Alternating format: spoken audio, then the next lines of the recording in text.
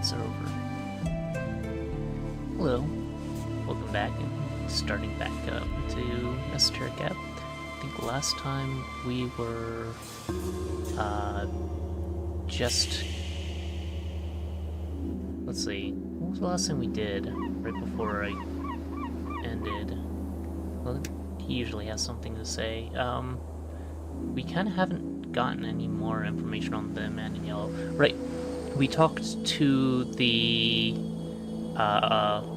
guy in armor below what's-his-face at the temple.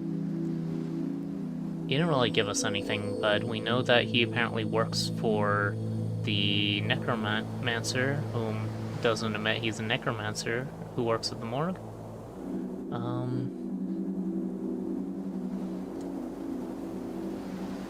So that's even more of a question.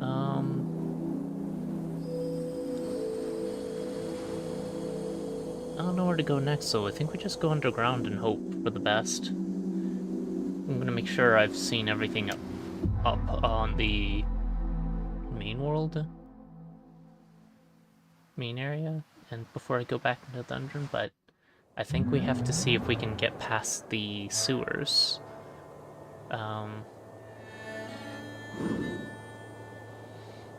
Yeah, here, Earth's temple.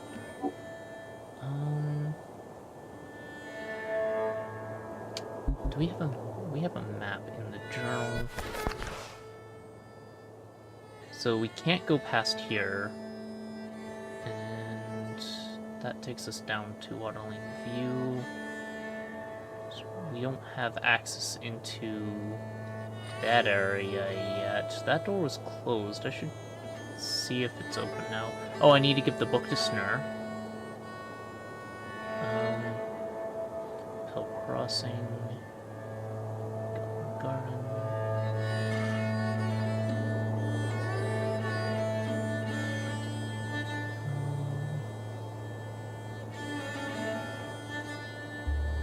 Yeah, I'm not sure where else we can really explore, because down here is also not accessible.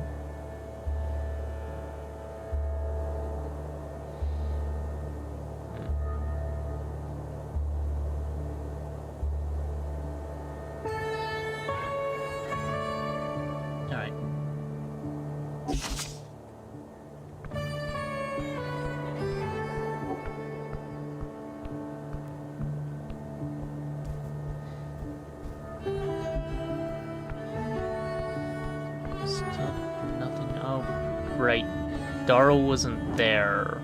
That's the biggest problem. We need Darrow to be back in his hut so we can talk to him. Oh, hey. I am a real hero. Okay, what does this feat give us?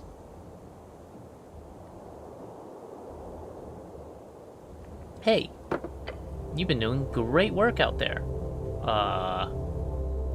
I assume this is about asking people about the election thing? Hells yeah! You know what that makes you? A herald, a democratic herald. Doesn't that sound nice? And what exactly does that mean? Someone who spreads the word. Someone who gets people engaged with the democratic process. Look, this is what the New World is all about. People listening to each other, sharing ideas, debating, listening. Every conversation is a little spark of democracy igniting. And you're fanning those flames. So here's the thing, all that talking, it's energizing. When you engage with people about what matters, when you get them thinking, discussing, caring, it fills you up. Makes you feel alive. Okay, so is this healing for talking to people? Every time you ask someone what they're voting for, you feel a surge of vitality. It's excitement of democracy in action. You regain 1d4 hit points every time you ask someone what they're voting for in the election. Yep, I was right. So, here's the thing. All that talking, it's energizing.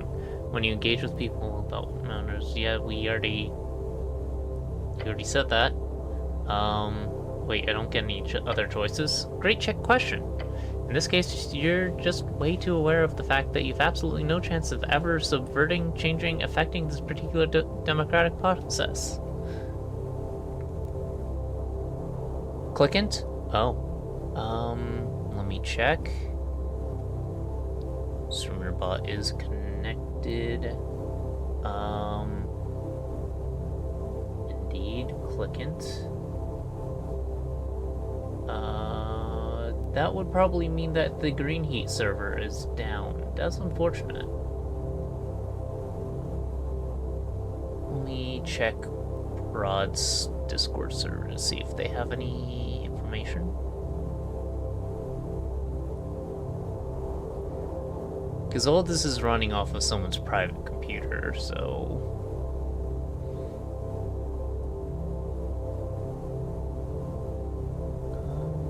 here it is.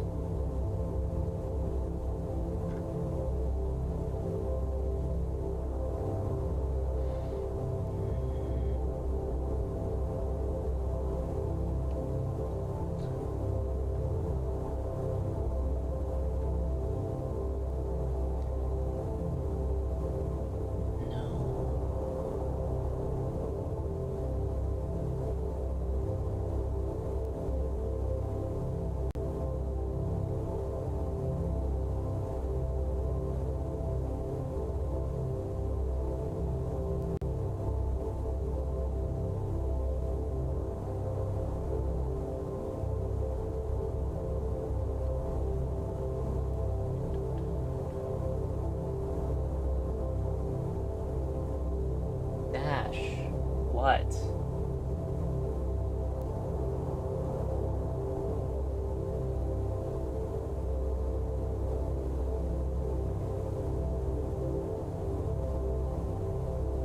Let's see if their website has anything. I know they're trying to get away from Discord, but they haven't fully done it, so...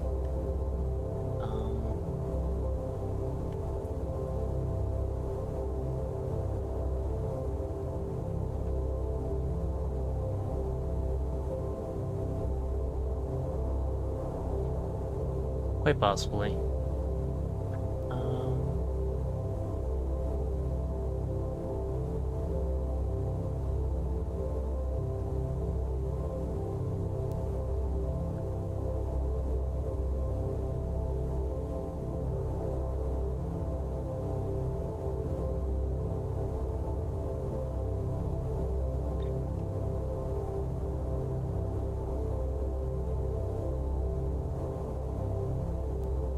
Their website might be down, so I'm gonna guess that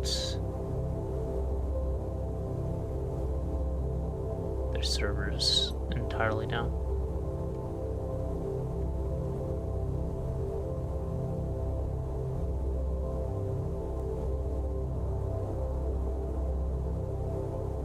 Oh well, darn.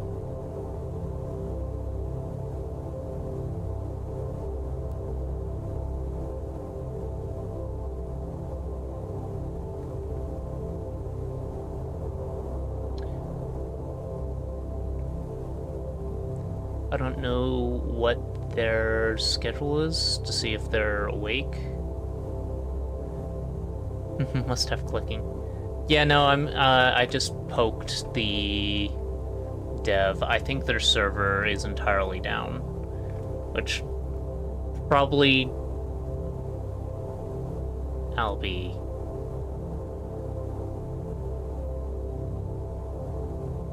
I mean, I can technically switch it back to heat, but there's a couple lines of code that need to be changed. I'm gonna say no. I'm just gonna wait to see if Prod wakes up. Yeah. It'll be back up at some point. They don't have this running on server architecture, as far as I know, or a cloud. This is all done out of their house.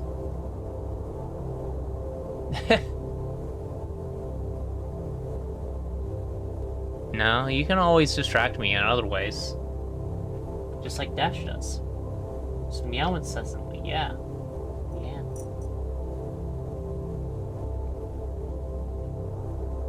Okay. I have absolutely no chance of ever subverting, changing, affecting this particular democratic process. Otherwise, you can't meow incessantly at work? Not sure if I believe you. Depending on your boss, that might get you a raise. Anyway. You do not meow, of course. My bad.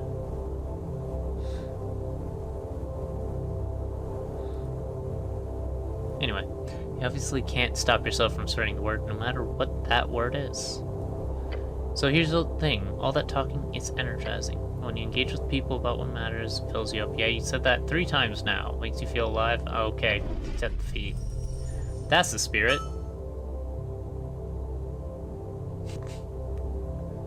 Uh-huh. Welcome to the new world, Harold. 300 experience, that's pretty good. I'll take that.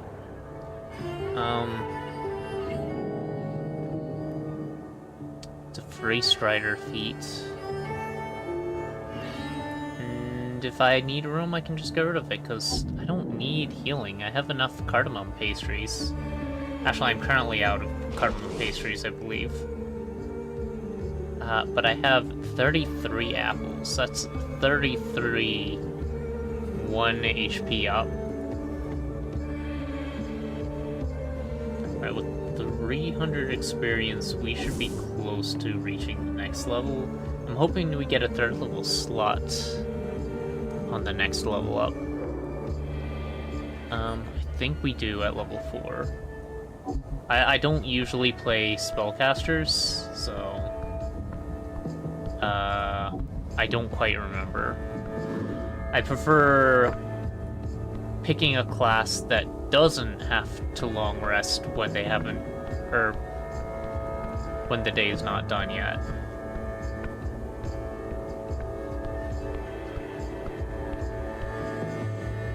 Usually pick ones with very little short rest requirements, so rogue, fighter, monk. Monk has a few things though. But also, Warlock has been a recent favorite because having a attack cantrip is fantastic. You're new? I can't talk to you, but you're new. Okay.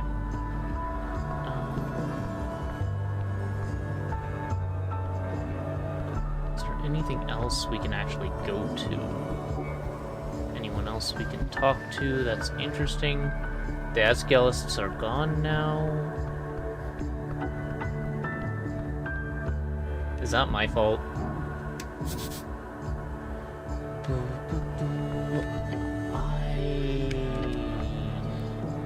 I think we just go downstairs, because I don't think there's anywhere else we can go to up here. Maybe...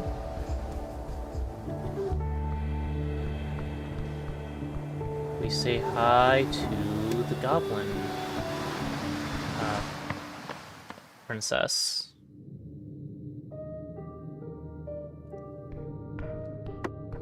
Anyone new down here? No one interactable? What's... more mushrooms. I'm out of mushrooms for healing. I hope they don't mind. Do you just rip those mushrooms out of a pot? Why did you do that? It was cultivated there. It was a potted mushroom. Whoops. I didn't mean to do that. Nature's is yours to mold. Someone worked hard cultivating those. And now you've just taken them? Can I put them back? No, you'll have to live with it. I guess so. I mean, mushrooms aren't that hard to grow. In this environment, at least.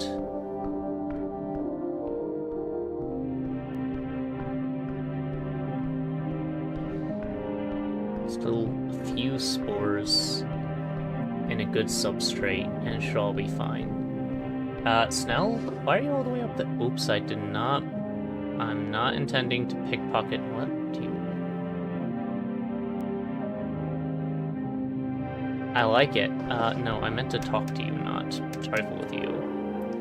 And I got a natural 20, so we don't need to behold you anymore. And just talk. Cleric. The lady leans back in her throne. You've returned. Trying to imitate the little noise she makes for her voice. What are you really? Whatever you mean, Cleric. You know what I mean. Her eyes light up. Leave us.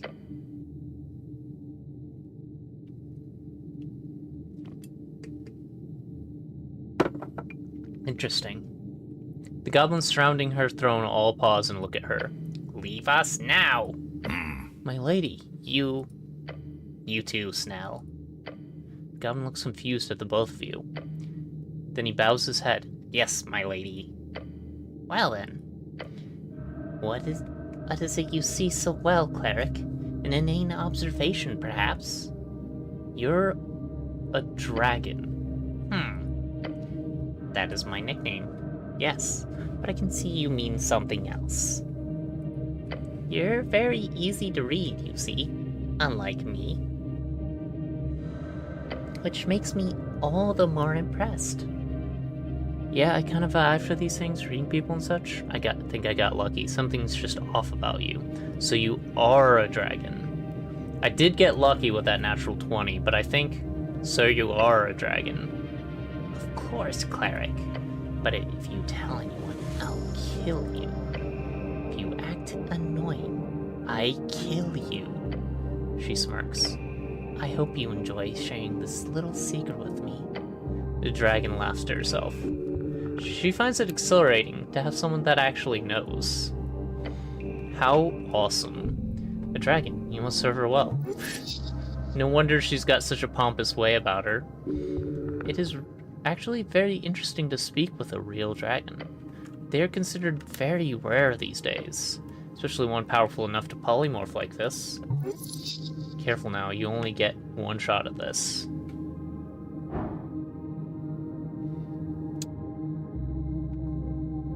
Why does she sit upon this throne?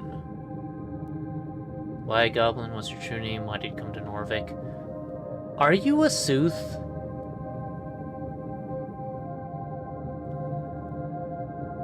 Why, Goblin? Why indeed? I came to the city a long time ago, Cleric. My reasons are my own. Esuth. What is your true name? You wouldn't be able to pronounce it. Try me. No? Why would I share such deep secrets? You've already found out enough. Why did you come to Norvik? Isn't it obvious? Good kingdoms are hard to come by these days. Especially loyal ones. She cackles a bit. Fakery. There's something she's hiding. That is a DC 7 with my bonuses. Effectively. And I forgot about the proficiencies. Okay, from both of our feats. So that was actually a DC 3, effectively. Just watching you, it becomes clear to you. Her many actions, her way of life. The years she spent here, building a life among these goblins. If it was her power, that desire is long gone. She's here for nothing but... You love them, don't you? She pretends to not hear you. You love them all. Each and every one. Her draconic eyes focus in on you.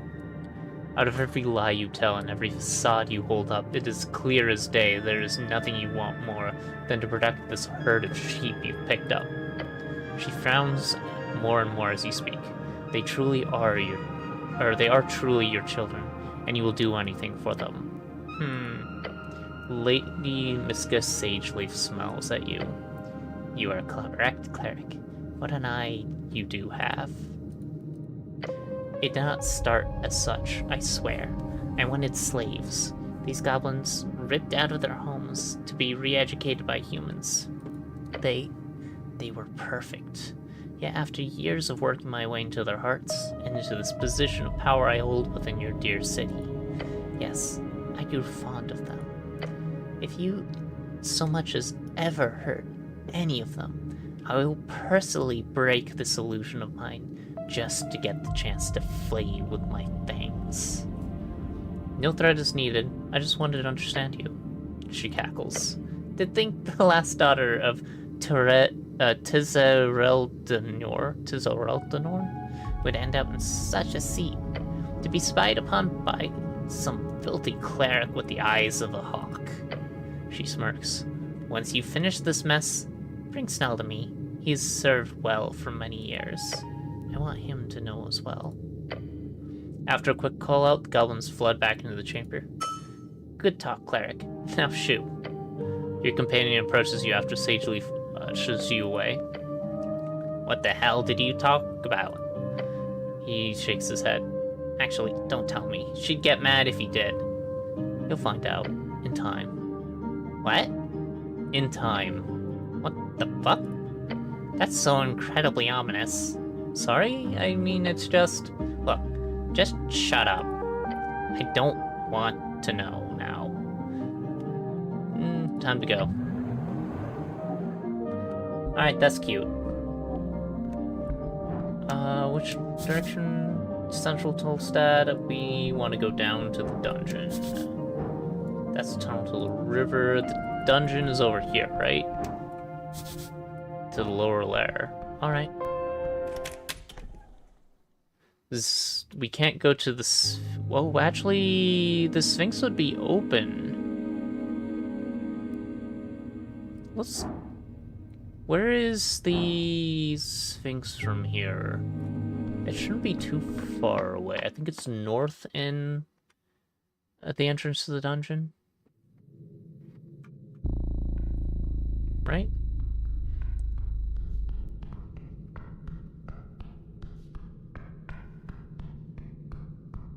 Over here, up, and around.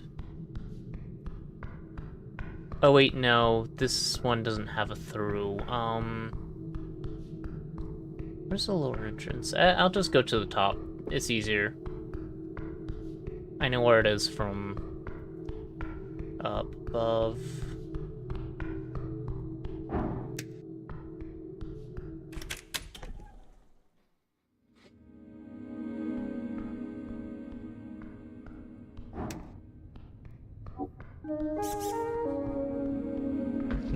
Those rat. Not the rat we're looking for, because we can't interact with them. I've already behold both of you today. Yeah. Oh, we have comprehend languages now. We can read the Draconic. You flip the tome open. There's some fine handwritten letters scattered across the pages. You can read these symbols, but they're in old Draconic Dimenorian. De verbis Draconum ars occulta. The author's name appears to be Calum Diminore. The goblin lets out a tired sigh. Right, I should cast Comprehension Languages here. Yes. You mutter the words to yourself and carefully tap the frail paper. The words then pop into place, as they should. Begin reading the first passage. I wipe this... Excuse me. I wipe the sweat from my brow. The lair is hot. My companion was consumed by the lower beast in the first wave. I saw his soul yet still screaming at me as I stepped into the auditorium. No, I would not allow myself a meek death. The book details a first-hand account of one of many lambs, the strongest of their tribes, who were sent to fight the great green dragon. Danor, the last of the great dragons of Old Dimenor, to still reign at this time in the early Divine Era. The father of Lady Niska Sageleaf. The author, Calum, was one of the few to survive. He writes how he ended up in the good favors of the Queen of Tree after many years of servitude, but he never gave up his dream of killing each of them. This is fascinating. Keep reading. Time. Books consume time. You can always just skip to the end. That's usually where all the good stuff is. Fuck it, I used a first level spell slot. Let's just read. A long decade in those halls I spent in toil. I never relented, nor did I sow truth. She saw something in me. Perhaps it was my bloodlust. Calum became a loyal first human of Danor, a type of manservant. He was by her side at all times, and he listened to her every word, documenting it. Not father, daughter, or mother. The book contains a long series of transcripts, seemingly directly from the ancient dragon herself, and it slowly reveals how the author learns not just the basic tongue of Draconic, which all of the higher humans spoke, but rather the deeper power behind those words. Sfusrda territory now. A human playing the strings was amusing to them, to her, for none of them could ever dream of handling anything but the most shallow of songs, until the day I understood. This is fascinating. This story is told to all who are taught magic, how the first Arcanist stole the knowledge from his dragon masters, but this you have not heard. Calum Dimenore listened to the ancient dragon until he understood. Dragons control strings not just with words, but with their voices. Once that clicked, the book explains, he could learn how to tap into the words of power, higher tier magic. It goes on to, with incredible detail, explain exactly how his research went on during those years. That insertion feels weird to me. It's not because the infinitive is split, to explain. It just doesn't feel like that's the right cadence. Like, a split infinitive is great for emphasis. And I think that's why they did it, but that feels wrong. It goes on to, with incredible detail, explain exactly how his research went on during those years. I think maybe it's because it's with commas. I feel like... No. Dashes wouldn't fit there. I think it does have to be commas there. Or parens. I don't know, something feels off about that. How he managed to procure and transcribe dozens of previously dragon-only spells. He did not master all of them himself, but he did master some. Most importantly, he trained himself until he could cast a spell of Jor's Limits. Jor's Limit, the term used to describe why spells above 9th level are considered impossible to cast by mortal hands. At least before the Arcanists broke that limit. That would be what we call, or what today call a 9th level spell. Jor's Limit is 9th level. Okay. It goes on for 8 pages describing basic stuff about Draconic Civil War, similar to things you read in school, about how Dimnir fell in the raging in that chaos. Humans were starting to rebel. It was with great pleasure I turned on her when I saw my great cousin, Doug Doolin Dim, appear with that sacred standard, yet he did not wield strength enough to break her. Thus the last of the great serpents fell to me, to my one word of power I had learned just for her. Kill. Thus, the era of the worm was fated, the man raised in its place. I am Kylum of Demonor. My words shape worlds. Myself, Jor, is what I am become. Huh. The book ends with instructions on various draconic magical theory, most of which you already know. Elementary. However, look at that final cantrip on the page. Look at that. Mage Hand! Hell yeah. Kylum's Mage Hand? You run your fingers over the script. Yes.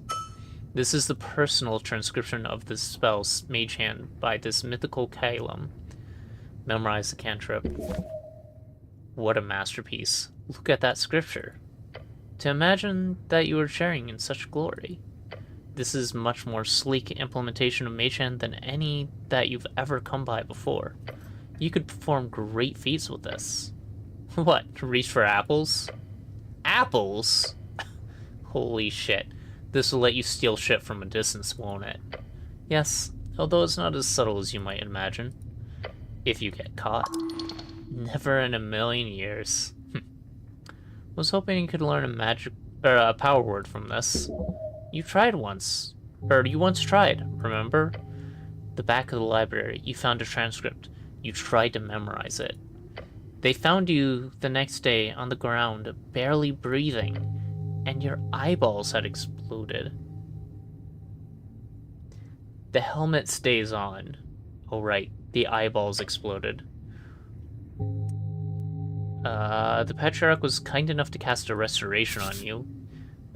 Yes, the series of spells that cure various elements most common to lesser restoration and greater restoration. They cure anything with blindness to tummy aches, though the practical implementation from churches across the coast, the most common health issues are eradicated. Lesser second level abjuration probably be useful to have, but I don't think I'll need it often.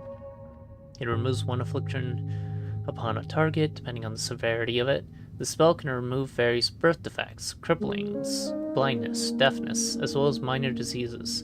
Any place of healing across the coast employs the use of this spell, and greater restoration would be the ability to regrow things. A 5th level abjuration spell, it does one debilitating effect from a target. This can include things like petrification, long-term curses, or most types of major ailments or diseases. While harder to cast it these days, it is still commonly employed by churches and places of healing across the coast. My eyeballs exploded? What a day. Oh, right, I remember. Yeah, I shouldn't do that again. No, you should not. Fascinating. Wonder how long that duration is. It was supposed to be 10 minutes, right? Are we still under the influence? Up to 10 minutes. I cast it 7 minutes ago. I don't know how much the game continues to hold that under effect, considering most things break as soon as I end my interaction with them.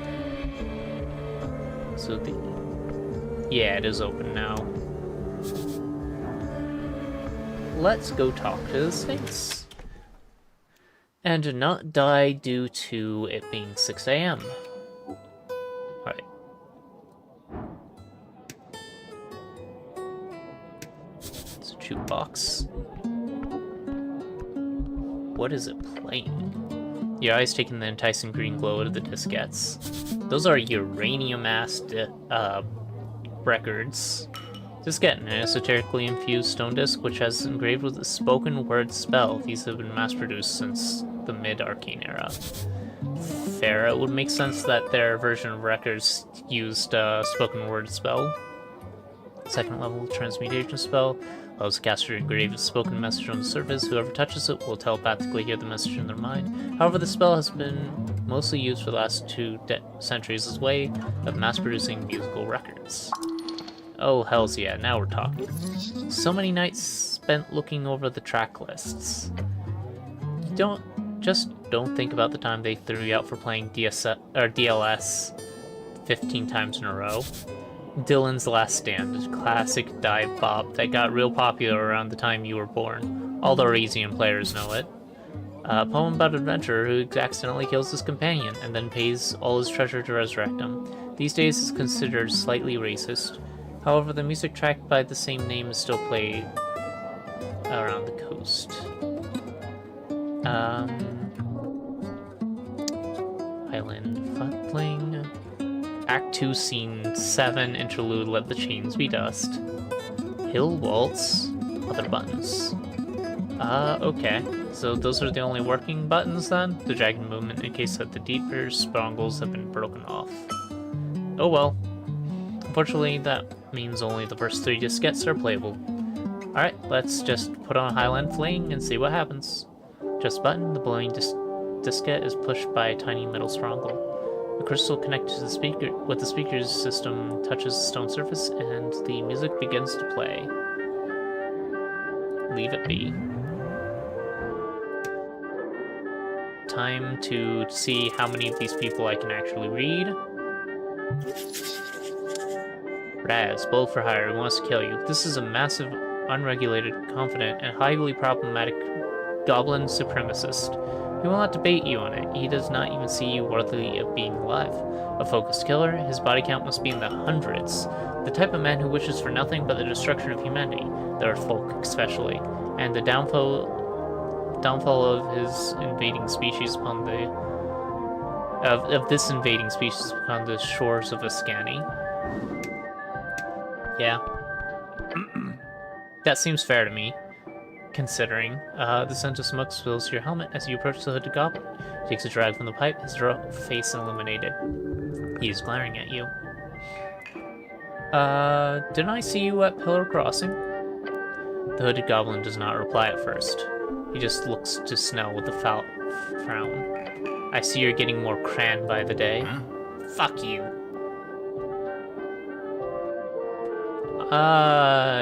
Identify yourself, goblin. Which tribe do you belong to? I think I know the answer to that. Identify yourself, goblin. You hear him clear his throat slowly. Nah. I suggest bothering someone else. Human. Do you know this guy, Snell? Sure. That's Raz. Ignore him. He's not interesting. The hooded goblin lets out a cloud of smoke. Listen to your pet, Cleric. What was that? Did you say something, Raz? Pure rage is building your companion. He only scoffs at Snell's question. I feel like there's some tension here. Both of them just quietly glare at each other. What do you know about the tea shop? He doesn't know shit. The hooded goblin laughs. Need help, huh? Figured. So you'll help? Nah. Now fuck off. Your companion turns to you and mutters, God, he's such a fucking cunt. What are you voting for in the election? Cool. I need some of that hit points. None of your fucking business, human. You have to tell me I'm the Cleric of Norvik? Well, that's experience. He lets out a big cloud of foul-smelling smoke. Nah. So who do you work for? Why would I tell you? Why wouldn't you? Is it embarrassing? Do you work for, like, Biskin or something? The goblin freezes. No. What? He does. Fuck off, human. Glass him? What does that mean in this situation?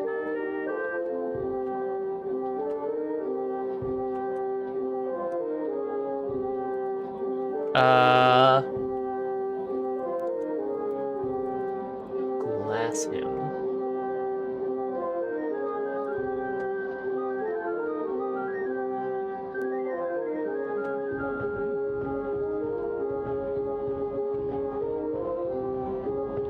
Yeah, I don't have Fireball. Does that mean, like, deck him? Lay him out? Because I can't explode him.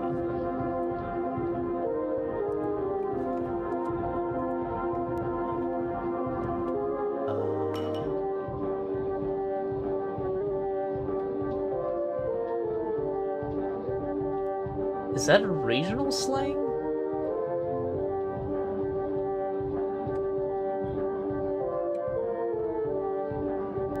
It is regional slang.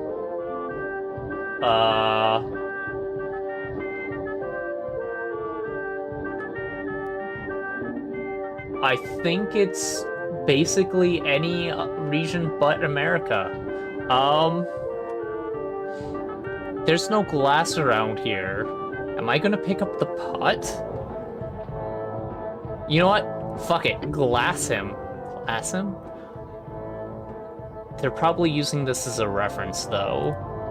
That is some very vague intent, even by your standards.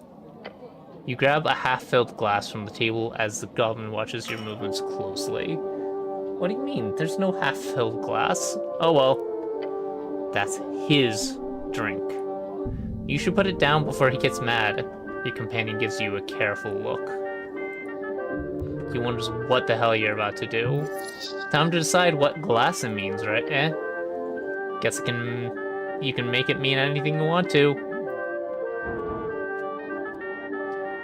I would love to use the version of Glass Him that is apparently in Wolf Among Us.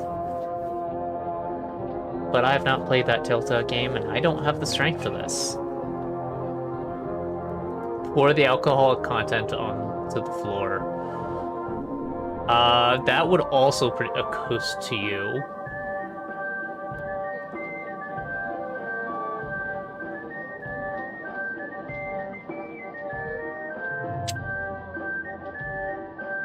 Well, I've started this. What do I want to do?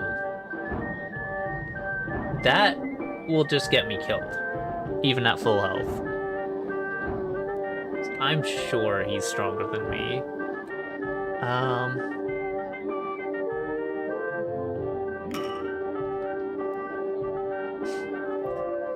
Fuck it. Let's see what this does. A toast for you. Sure, great. Put down my glass.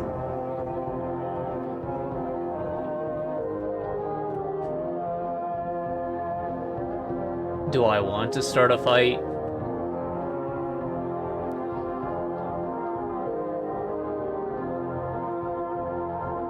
Fuck it. I'll just go. Later I'll deck him. When he's most expecting it. Oh, it's your apple den. Alright, I don't have to go to your house then. We got oh, we got everything with that. He's easier to read than most people. What new things do we have? Stepman knows exactly where he's going, simply going there extremely slowly and deliberately. He knows his expertise, his moves are calculated, his journey long. Esoteric is closely tied with scholarly arts. In the old days, no distinction between the two was made, but today in the modern world, his side is all about winning. He spent quite some time reading up on his art. It is interesting. Research is the first step to grounded spellcasting, after all. Beyond this facade as a dispenser of knowledge, this halfling is also searching for answers to his own questions. Namely, what is the nature of power? Politics? The golden line? Also, are you... Okay, they're stools. They don't have backrest. Okay. It looks like he's leaning back against a backrest. But no, he is leaning back, but he has his arm on the table to hold him up. Go away. Let's show him the book. You see a tiny man sitting in a tall chair, a glass of something strong clasped in his hands. On a tall... I guess that would be tall for him. My dear officer of the law, he slurs with a mischievous glint in his eye. Not a glint, pain. He clumsily nods, almost spilling his drink. Are you enjoying your evening? No. He almost spits out the word. That's sad to hear. It's not unreasonable to not enjoy an evening such as this. He leans a bit too far to the left and almost falls off his chair. Anyway, come.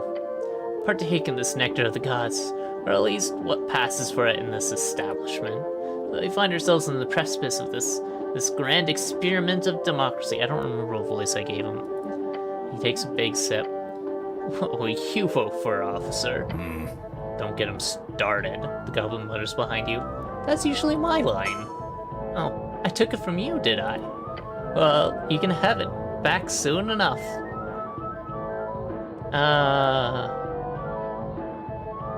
Sure. Asculus, the workers shall rule. The workers, the heart and soul of our city. But rule? Can they truly rule? Or will they simply become the new face of an old tyranny? Democracy is a delicate dance, my friend. When the music stops, who's left without a chair? The workers' paradise is a noble dream, but dreams can sometimes turn into nightmares, especially when power gets involved. More experience, we're getting there. This gnome sure can talk. He's very inebriated. And now, since you're a carrier of the law in this here city, a good question would be, what is law? Davy, don't hurt me. Wait, that's not it. Oh gods. To carry such a burden of holding the law, would it not be fair to ask what it is? Think about it. Your answer will matter. The choice could change the world. Good knight of earth. Cleric of the bourgeoisie. Wow. Okay. Law is whatever hells I say it is. I don't know, what do you think law is? Law is peace, to keep chaos at bay. Law is tyranny, it is oppression of those below. Law is power, those who wield decide order. What do you think, Chanel? He shrugs. Whatever Lady Sageleaf says. I don't know, what do you think law is? The gnome nods. In fact, he nods so hard his face hits the table. You hear him snoring softly. Party's over. Thank the gods. Alright, well, you don't get the book then. We'll see what you have to say when you're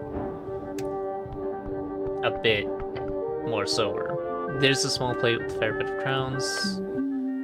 Miss Nearly. The goblin glances at you as you approach the donation bowl. Let her play. Oh, I have the jukebox playing instead. I should probably turn that off. Wisdom. 21, nice. We got everything. A level 1 bard. Another goblin, this one's looking to escape. She works hard, but only in ways that improve her craft, her passion. She does not care for politics or the world at large. She tries to uphold a sense of understanding to further her art. The goblin plays for herself. She seeks not glory, only to support herself with her craft. It seems to not have gone too well so far. I mean, fair, I'm playing music over her performance. Let's fix that. Approach the jukebox. Island playing is currently playing. Stop it. Alright.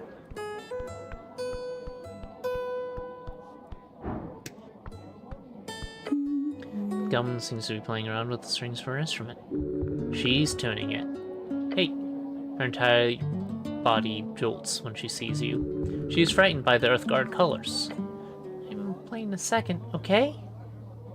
Can I request a song? No. Go away. Play some debate music would be so cool with the election coming up. Need some tense ambience for all the conversations I'm gonna have here tonight. Alright, take your time. She finishes whatever she's doing to her instrument. This isn't really a dancing tavern. Otherwise, you'd go wild. Let her play. Okay, here we go. Okay, ma'am. Oh, you're here. Again. And Vera, I got nothing from you last time I beheld you, so let's see what happens now. Even worse. Agent Vera, how are you doing? Let's behold the Vault Guardian. Gets us most of it. I think we read this last time. She's not being exploited. Whatever deal she struck with the tavern keep, this beast ashore could break it at any moment. None of them hold any power over her. Oh, I got a +2 from my feet, didn't I? So I have everything now. Whatever deals she struck with the tavern, the beast sure could break at any moment. None of them have any power over her, yet she cannot leave. Resentment. Anyone sane with even a sliver of mortal understanding would feel resentment after being stuck in one spot for a millennia. Alzos, this oh-so-powerful creature, feels a hint of resentment towards her masters. Perhaps that's why she entertains this fleeting moment.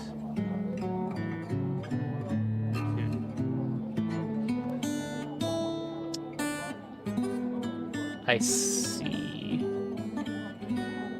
So she spent time guarding a hole in reality. And that was... Wait, is this the hole in reality? Or is that previous? She has a deal with the Tavern Keep, though.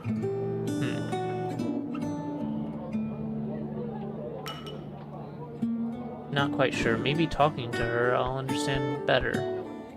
First, did I get everything for you? Nope, I'm one off. We'd have to get a natural 20 to actually get any new things off of you.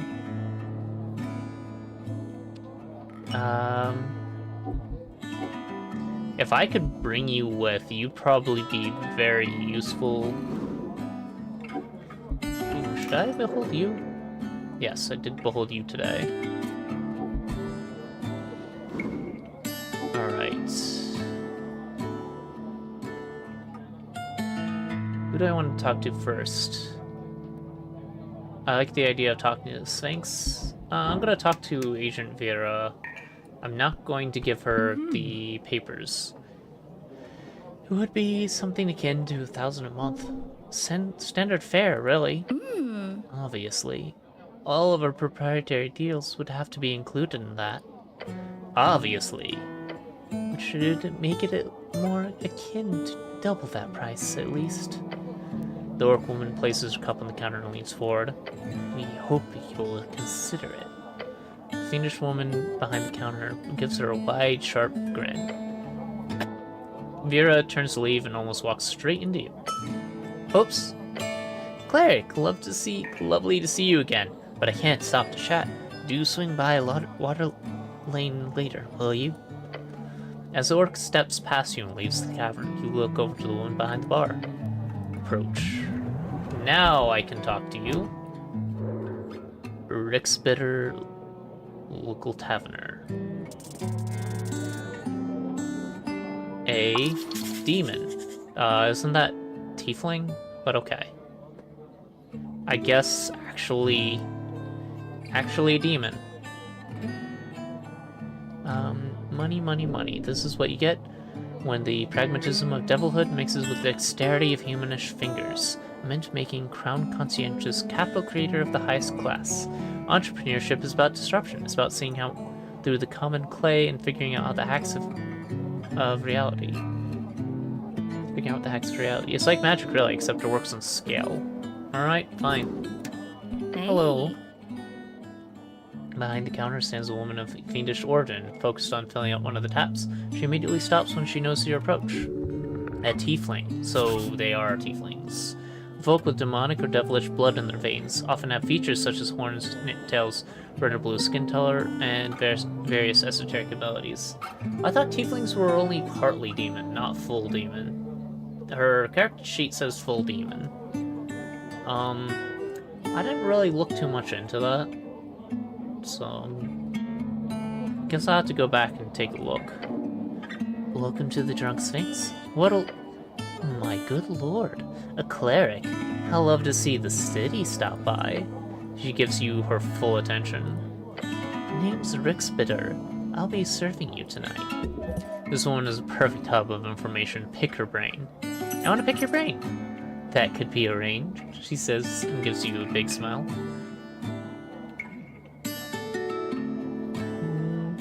Thank you, that's very kind. I know. I've got a big heart. The biggest, she says with a wink. What? What is it? What is it, girl? Is your collar itchy? Is your collar itchy?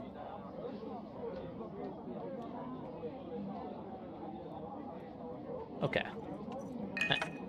Luckily I can play this game with one hand, so you get my hand to distract you. How's that sound? Pointing at your horns, how did that happen? What do you mean? They look perfectly reasonable. I am the Cleric of Norvik. The Cleric? Oh my. And there we go. We leveled up. That's what I was looking for. Aren't you a catch? Actually, I need to make it clear to you that I'm not a cleric, no way. You're the tavern owner. Do you have a bunch of information that can help me in my quests? Sure. If there's anything I can do for you, just ask. I know more than most in this sprawling city of ours. Oh, Snell! She exclaims as she notices him over the counter. Aren't you a sight for sore eyes? Want something to drink? I'm on the clock. He nods towards you. Oh, so you're the escort, eh? That's not how I'd phrase it, but sure. She laughs and sticks a sharp finger in your face. Don't get Snell into too much trouble, you hear? He's already grumpy enough as it is. The two of them clearly share a past, in an enemies to lovers kind of way, only without the lovers part. What's up with the, Oh, that's Ulysses. Great cow. She's a Genosphinx. She's been here since, like, early Gate era? See, Genosphinx is monstrous being often found undertaking missions for gods. What is it? It's a nail polish remover. Yes. It's stinky. Most of the smell should be contained. You don't want it.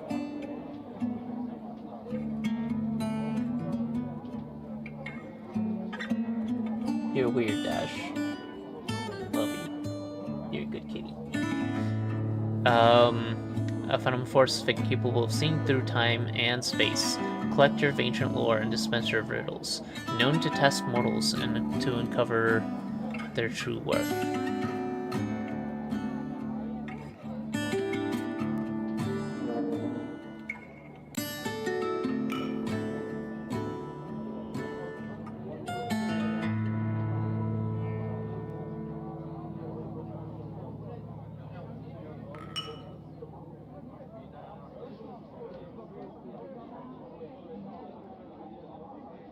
Oh, I see.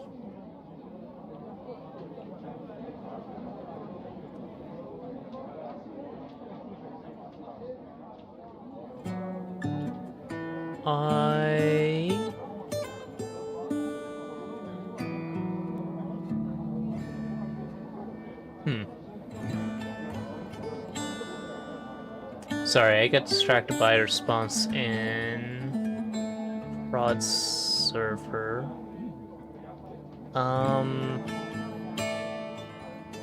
I don't think we're getting click back for a bit. Anyway, back to the game. From force space. Known to test mortals to uncover the true worth. Yep. But good luck getting more than that out of her. She always drink this much? Yeah. That's the only reason this place stays open. She lets us all hang around her sacred chamber, and in return, I get her pumped on some river wine. Cost-wise, it's not that much worse than a regular city rent. Thanks for telling me about the Sphinx. No problem, she says with a wide grin. You two friends now? No. Don't say that. You're hurting my feelings. There's tension here. If you want to rise out of him, ask more about it. I sense sexual tension between you two. That's... Snell quickly snaps at you with a glare. That's a statement of a strong later feud, Cleric. Of course. Refuted it is. It is. For sure. Absolutely. She laughs and leans in over the counter. All jokes aside, this is just a part of the job, you know? Flirting, bullying, creating sexual tension, harassing goblins, being a little fiend, being sarcastic, talking too much, being a pain in the ass, answering all my questions. I see.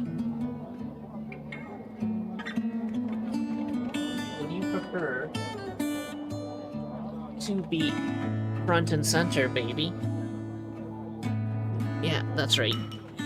You get hugs now. Is this good?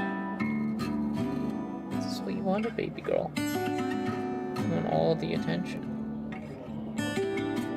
Well, now you have all the attention. What are you gonna do with it?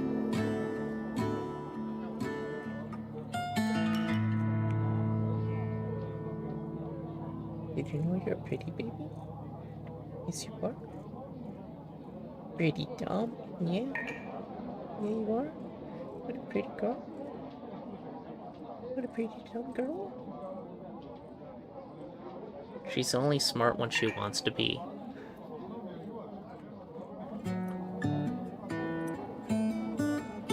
Alright. I think my hand tracker froze, which is fine. Whatever.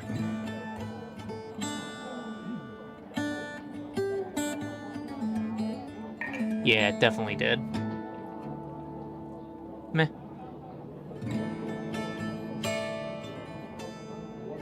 All jokes aside, it's part of the job, you know. Bullying. Go with bullying. I wouldn't call it that. More like playful teasing. Flirting. Oh, sure. Harassing goblins? No, that's more of a hobby. Alright, here you go.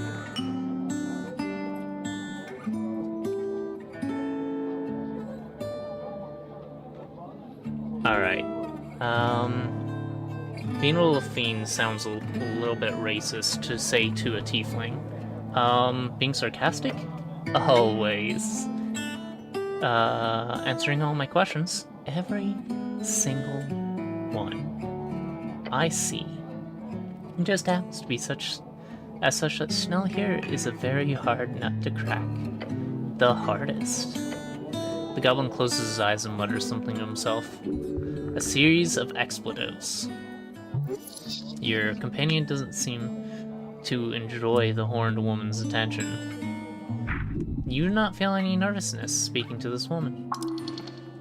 Well, duh, she's not your type. That's pretty obvious. Vera apparently is. Does Snell spend a lot of time in here? You don't need to ask her. It's not relevant. He does, she says, ignoring his comment. Although, this is the most convenient third place for the HWBT, so it's not like he's got too many options. Third place, a place for community and socialization that's not homework. Got it. We've got all of the wonderful goblin we could need here every night. I don't think Chanel finds you very attractive. Fuck it. Great, I have some other questions. Of course.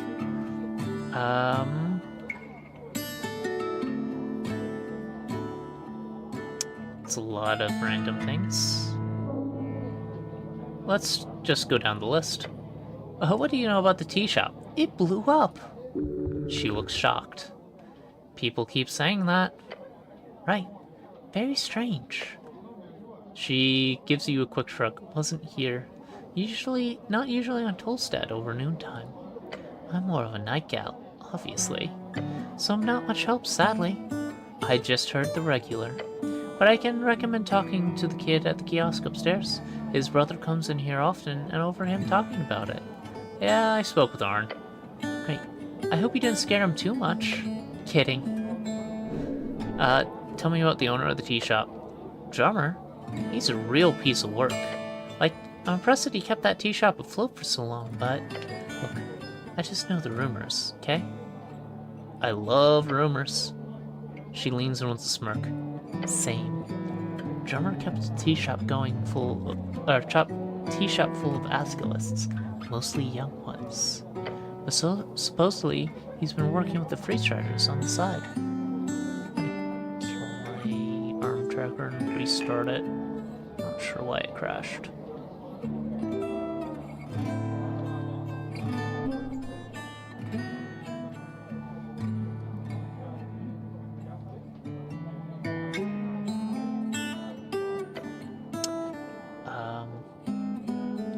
Like some kind of spy, she laughs. Could you imagine?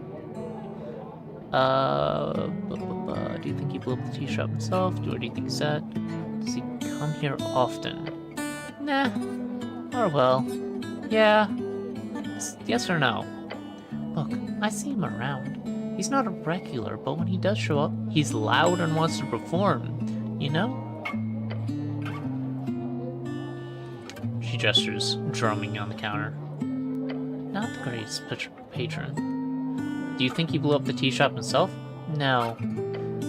She shakes her head and repeats her answer. No, that bird couldn't make a ballsy move like that. Now, run away from it, for sure. That's what I'd expect. And, indirectly, I'd be surprised if he's not at least a little to blame. Why do you think he's at? Well, I do remember him mentioning something of an escape plan one time.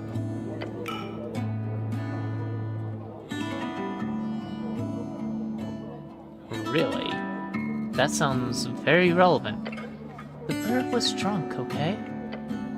Cat muttered something about covering every liability, and how his exploit plan was... Look, I thought it was a bad joke, but he said, from what I can recall, that his plan was to sneak into a crate and ship himself to Reed's. Idiotic. You'd have to survive for weeks in a tiny cramped space. Some bird folk can survive for months without sustenance. And if he had friends on board, they could just let him out after they passed immigration control. That's ridiculous. That wouldn't work, would it? I mean, I'm sure it's happened at some point historically. She shrugs. Drunken ramblings. But if I were you, I'd check water lane. Okay. You can do that. That's it for now. Sure. Do you know something... Or do you know a man called Frank, son of Frank? Your question causes her to let out a hearty laugh. I'm so happy I'm not the one having to ask that stupid fucking question. No, I'm afraid I haven't. She eventually manages to tell you. Sorry, Cleric. She cannot help you. She probably gets hundreds of people using that fake name during any given week. Yeah, that's what I'd expect. I'm searching for a paladin. She shakes her head. Don't expect to find much. I haven't seen Lord Gorm in weeks. You know him? I've handed him drinks a few times, exchanged a few words. Sure. So sure. I know him. What does he look like? Big guy. Earthguard-like outfit, but with more gold? Not the type you'd want to arm wrestle. Other than that, green eyes, blonde, long hair. A fancy nobleman in armor. Got it.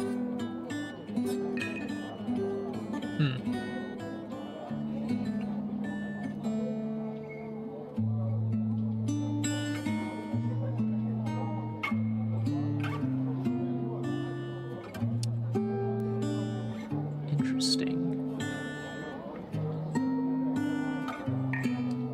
I think my camera hardware crashed.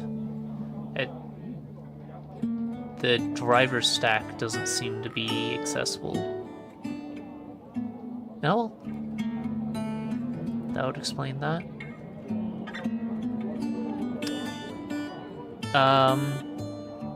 Did he wear a helmet? Oh no, never actually. He always showed off those golden locks. Guess his proclivity for vanity very much surpassed your own, Cleric, he says with a playful smile. Do you ever hear him say anything suspicious?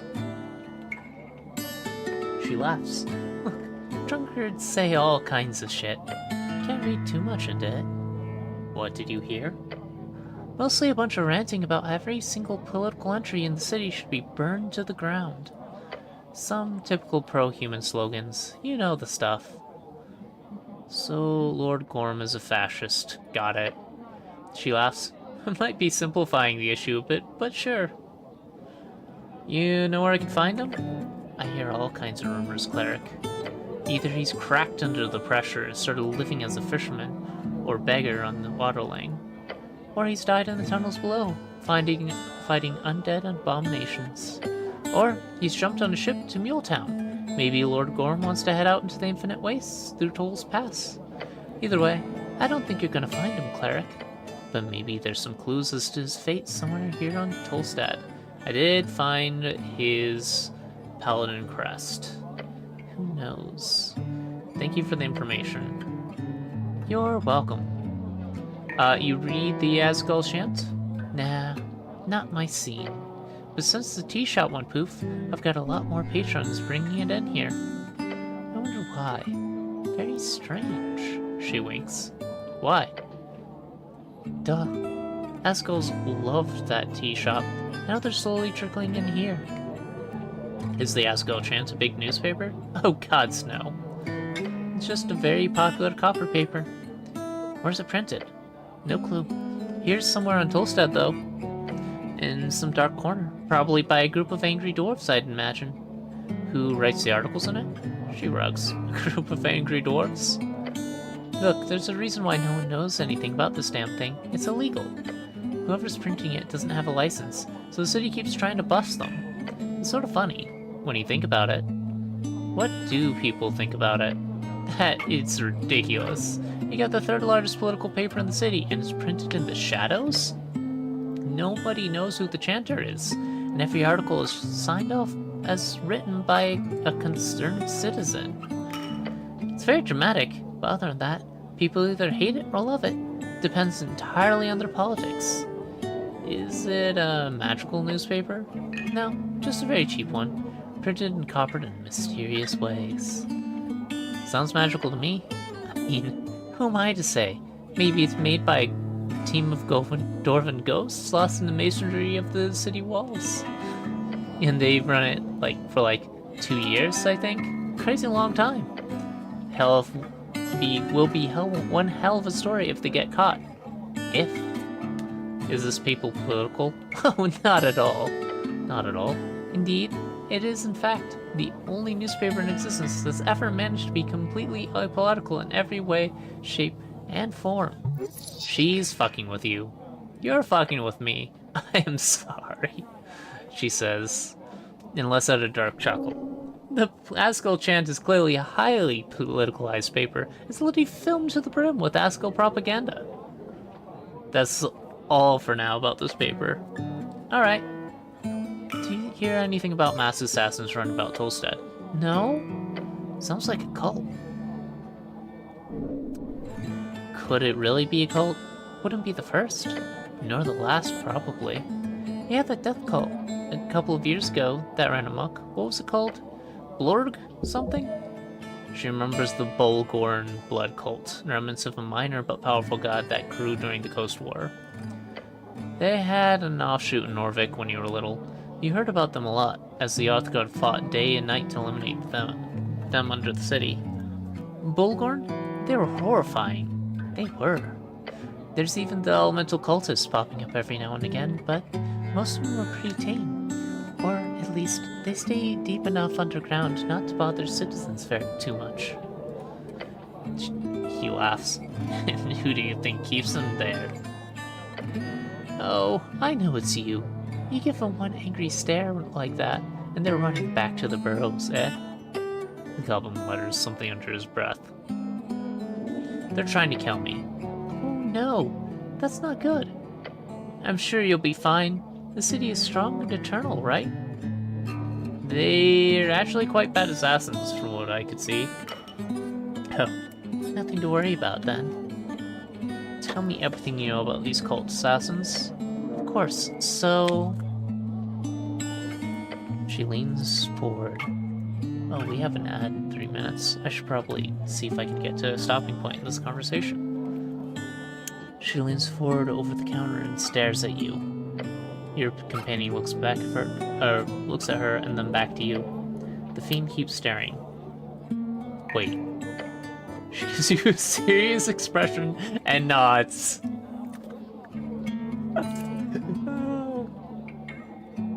I like that. She's making a joke. So you don't know anything then. She claps her hands together. Okay, Cleric, that's all I know. Thanks for asking, though. Great. Now about something else. Oh? Tell me about yourself. please, do dive on in, Cleric. Anything in particular you'd like me to rant about? You devil or demon, fiend? Either, you know. I suppose the city classifies me as the fiendish guesses, and whatever the legal definition is. Your character sheet says you're a demon, I believe. Even though you're a tiefling. That means she can vote, but she can't hold office. But my blood origin is demon, like all the Houses of Fire. Houses of Fire, the aristocracy ruling over the several cities in Hike Sea. They are famous for being elven, human, or even celestials who intermingled with the demonic forces of the region. She does not like talking about this too much, which is why she stops herself from ranting any more than she already has. I try not to flaunt it too much. It tends to get boys a bit too excited, you know. We're taking a 3-minute break to let these ads play. Yeah, true. Please don't watch them. Take a short break. If the companies that paid for these wanted your patronage, they'd have spent the money they wasted on these ads on better products, then they wouldn't need the ads.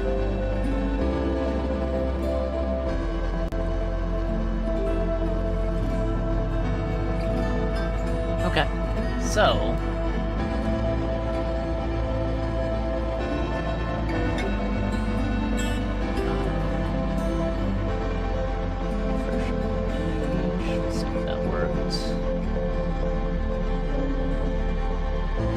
We will be taking a 3-minute break, as always, so you don't have to stick around for these ads. Please don't stick around for these ads. Screw ads.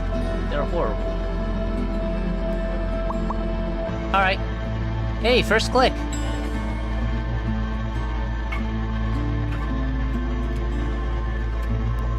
And to the ad board.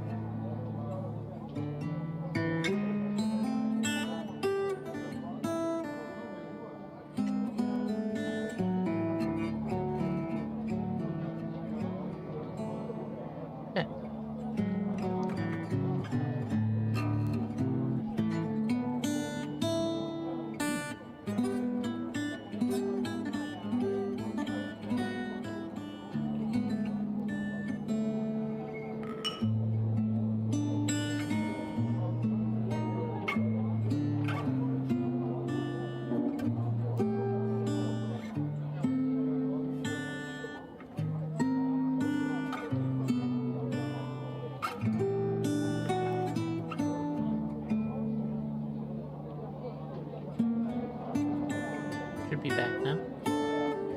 Even though the ad timer's restarted? Geez. Propaganda is exhausting, isn't it? Well, we shouldn't have ads again for a while, thankfully. Still not entirely sure why I get a double ad bar. Pretty sure that's fake, though. Anyway. We're back.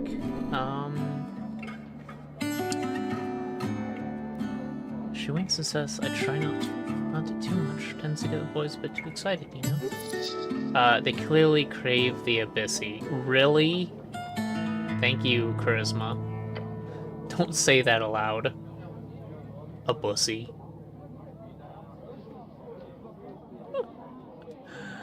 Huh. It's interesting that there's two different spellings of it up right now.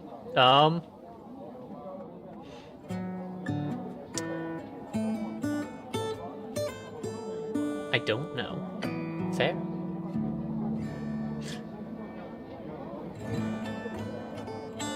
Hi. Yeah, I tried it out.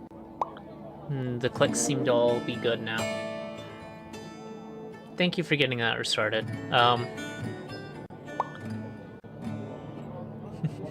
First click.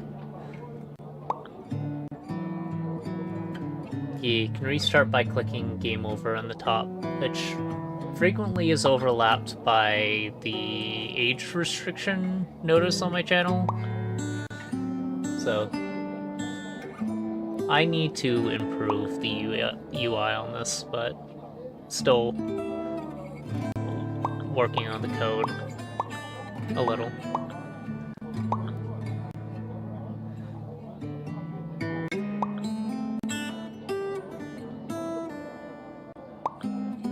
Alright, get back to this. There. Tell me about your business. My favorite topic. I've got several businesses, in fact.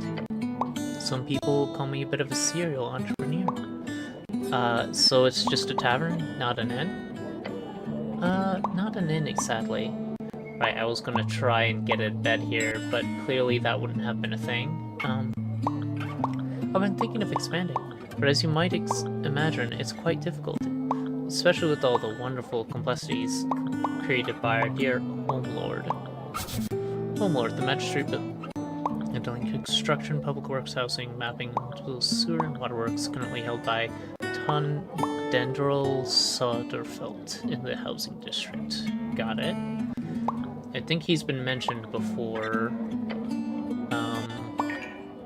If only this city held together another city below Crusade, then I might be able to dig out a few rooms. But for now, this is just a tavern. Though, usually a local cat holds dance classes here once a week. That's paused during the election, though.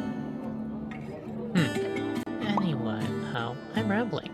Did you want the story about how I procured this location?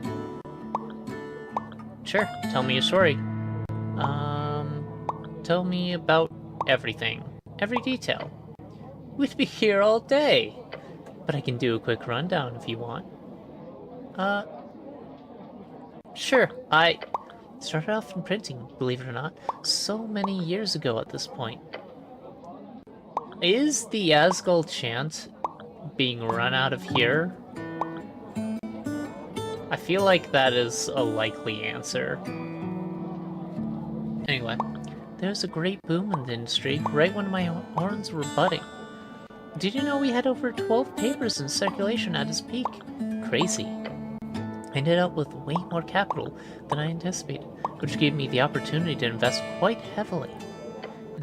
And you know me, she says and winks. You do not. This woman is overly familiar for a living. Is overly familiar for a living. Fair enough. Admirable. I took on big risk for a big reward. A little bit of agriculture, a little bit of politics, signed some deals with the free traders, some with the agriculturalists. Or whatever they call themselves these days. My main business today is actually textile manufacture. Boo, clothes. Started in the mill 2 years ago, and the most inspirational woman you've ever met. Suffragettes, widows, immigrants, and Norvikians alike. Suffragettes. Suffragettes? Suffragettes. That's... Don't know why that word tripped me there. An activist group formed by Darwin women in the early days of suffrage movement. When human women began joining the group, they eventually won over the palace, and universal suffrage was ordered. We're building a new world of feminine industry. She's giving a chance to those who often cannot make their own wage. Wonderful. This tavern was born out of my meeting with Ulzus. She nods her head in the direction of the massive sphinx at the end of the chamber. She's guarded this place for centuries? Millennia? God knows only how long. Even our good Lord of Earth just let her be. But I managed to get her to open up a bit. A few drinks later, and we've got a contract signed. To convince a sphinx, a creature sent by the very high gods, to alter her life's mission. This woman must be highly persuasive. Today, it's a highly successful establishment with patrons from all around the world. Things are a bit slow these days, with the whole tea shop drama. But alas, things will pick up soon again, I'm sure. This is not how you use alas in a sentence. Oh yeah, she talks so damn much you barely even picked up on it. This fiend loves the sound of her own voice. Could be very useful. How did you end up here? Long story. Oh gods. I'll keep it short. But as I'm sure you've got better things to do. Ooh. Almost got it.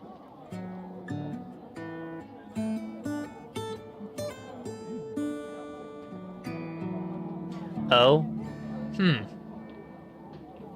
Well, you can't click it now because it's over, but, so that overlaps with the,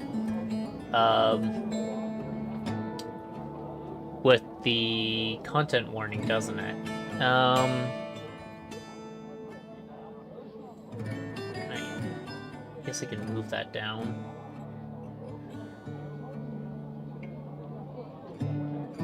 Yeah, let's do so. This will need to be about 1 row lower.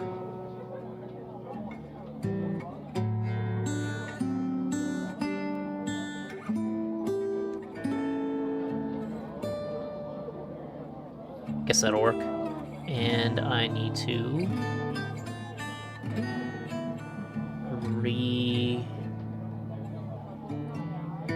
do the click map. I have a hotkey for that. Okay, now the click should be mapped to the new location. Double check.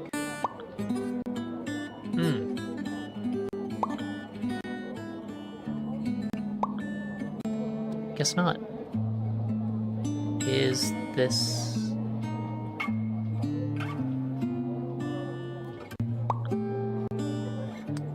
Huh.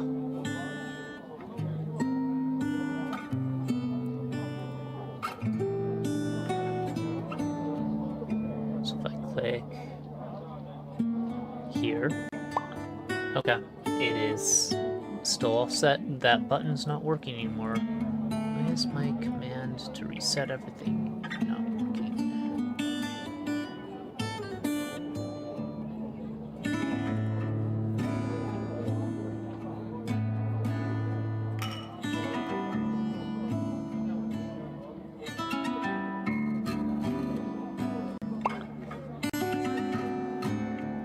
What is it mapped to?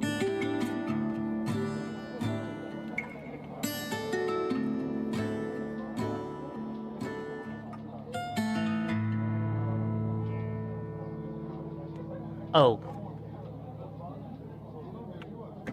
That's the wrong one. That's to reset the WebSocket. This one should do it. Yeah, there we go. Okay. That should be easier to click. If you can't click the top row still, you may have to full screen.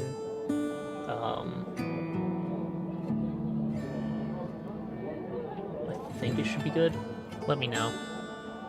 It does clip my ear a little.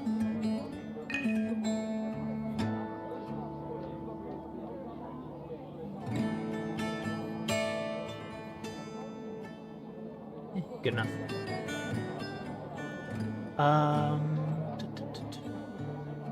Keep it short, I'm sure you got better things to do. Essentially, family from Hexia was born in Borgeni, raised in Reeds during the worst of the revolution, left my family behind and came here to start anew. Now I'm building businesses left and right. Askin is a wonderful land full of promise. I love it here. Thank you so much for taking in and outcasts like myself, Cleric. She's hitting on you. Hit back. I punch her? No! That's not... No. Not really a one for that. She would destroy you, despite being the same size as you. I can believe that.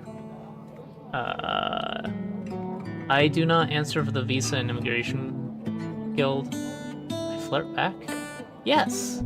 Impossible. You do not find her attractive. Boo! The red one's correct, though. But still, boring. Oh, what is my type? Big, strong women. Too big of a question to ask while you're awkwardly staring at this horned woman? Really? Whatever, just say something. You've been staring at her silently for like 15 seconds now. You're welcome, citizen? I am. She shows her sharp teeth in a bright smirk.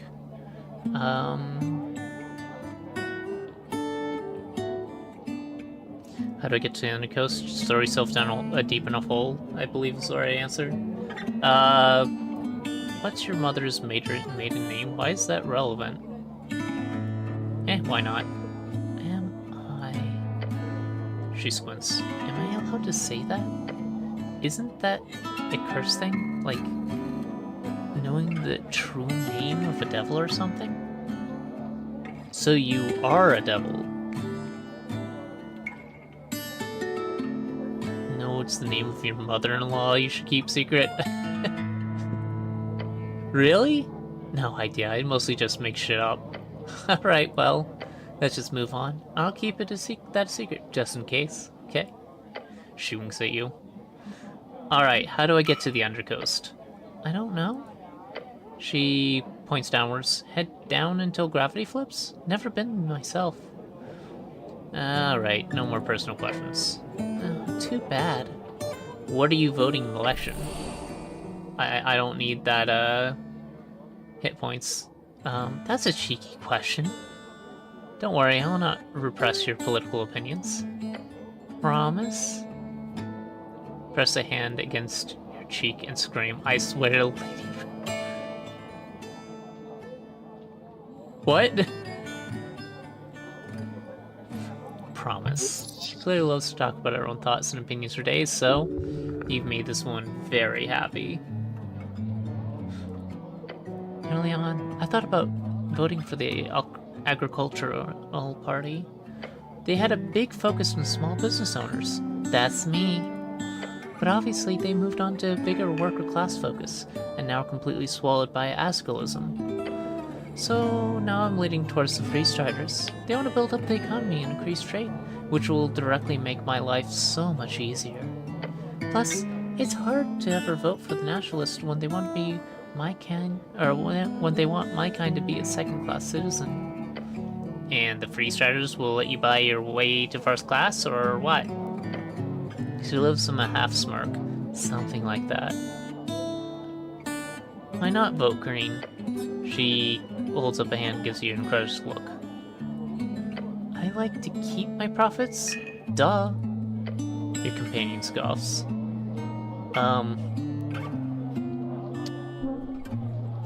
That's... You are a worker, so you would?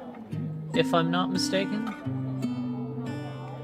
Like, there's a social net that's contributed to, but... Yeah, whatever. You like the agricultural party. Liked. They had a neat manifesto, okay? Freedom of movement and business type shit. Not a bad idea. You're a free starter then. Hey! Just because I vote for them doesn't mean I'm I'm dedicated for life. They happen to be the most useful for my business. Nothing else. Makes sense. Why would more trade make your life easier? That's a stupid question. Tolstead is already a hotbed for travelers coming in from all around the coast. If the tariffs are lowered, especially between Reedsian cities, we'll be seeing twice as much traffic on Waterlane. That means twice as many patrons. I might even have to expand. Sounds to me like you don't understand the nationalists. No. Fuck fascism. Give her a high five. She enthusiastically meets your hand in a satisfying smack. Hell yeah! That's all the politics for now. Okay. You're probably not saying it so dizzily. Okay. I don't know. That's all for now. Thank you, citizen. Let's see. I want to do the Sphinx's riddle. There's a plus. Oh, I have another level. Let's see, what do I want to do? I got 1 3rd level spell slot. I was right. What do I need? I always want more charisma. I always want more wisdom. I always want more intelligence. I think we can solidly do most charisma checks. Let's do intelligence. Constitution, dexterity, and strength are useful, but not right now. Oh, that... While I'm thinking about it, I should use this. I probably need the charisma, actually.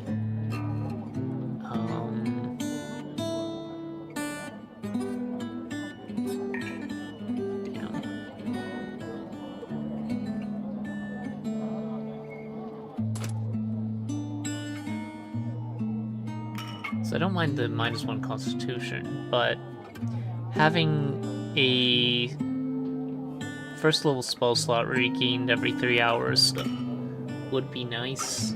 But I also have 22 incense, so I don't need the free 1st level slots. I'll just deal with it until I have 2. Can I talk to you specifically, Mr. Rust Monster? I don't think so. Oh, hello. What's this? An old well. You approach the old well. It's dry and very, very deep. You can stride the fall. Do it. Look down the well. You see only darkness. Is this a wishing well? No. I wish it was the greatest night in all of the scanning. Nothing happens. Well, you look at that. That must mean you're already the greatest knight, right? He's making fun of you. Not yet. I want to talk to everyone here first, and then I'll see what it has in store for me. Cleric of Norvik. The dwarf's glowing, smoldering eyes glitter as he bows before you. Lovely to see you. Me and Romulus here are taking a little break before we head back to Vargby. Vargby, one of the 5 districts in Norvik, located in and around the Great Steam Pit in northwestern Norvik. Great Steam Pit. Oh, is it going to be a thing where every single internal monologue says something about the Great Steam Pit again? The GSP, as they call it, is a big hole that's always hot from magical dragonfire or something. Same type that keeps the burned coast hot. The dwarves built homes in it and around it. It makes up the entire district of Vargby. Nope, just 2. A deep crevice in northwestern Norvik that's connected with the river by a canal. A centerpiece of Vargby. Oh, he did bow. Why not? Bow back. He laughs. Clearly somewhat inebriated. Oh, I hope the pickaxe has been treating you well. Try to pet Romulus. The rust monster snaps at your fingers, and Yazgul gently pushes the hand away. I suggest staying at a distance. You're essentially draped in his favorite meal, Cleric. The pickaxe? Oh, right, that thing. Yep. Again, it doesn't quite work right, but if you play around with it, I'm sure you'll be able to get something useful out of it. I forget what its benefits were, but I can't access my inventory right now. So, your adventure. Yeah, that'd be a decent term for it. Though, some veterans would give me crap if I try to label myself that way. I've only been around a few laps. Like where? Oh, mostly city below. It's been less interesting than it was in my father's time, back during the real dungeoneering, back when they'd go venturing all the way to Tolstad, to the Forge of the Furies. But there's a few crevices to crack open right here in the city. I'm pretty sure you've noticed yourself down there. Even in a top-level area like Tolstad below, there's quite a few secrets to uncover and monsters to run into. He's the classic delver. Norfolk's a bit of a dry spot at the moment, but some areas inland get various venturing investments from parties from time to time. He laughs. Though I did join a venture to the Burned Coast one time. Just to the outskirts, of course. To some kobold-held ruins. Burned Coast, that's a piece of coastline just east of Norvik. It is a charred area filled with volcanic activity and kobolds. It's one of the many eternally cursed lands on the coast. It's nearly impossible to travel to Reeds via land because of this area. Can't talk about it more.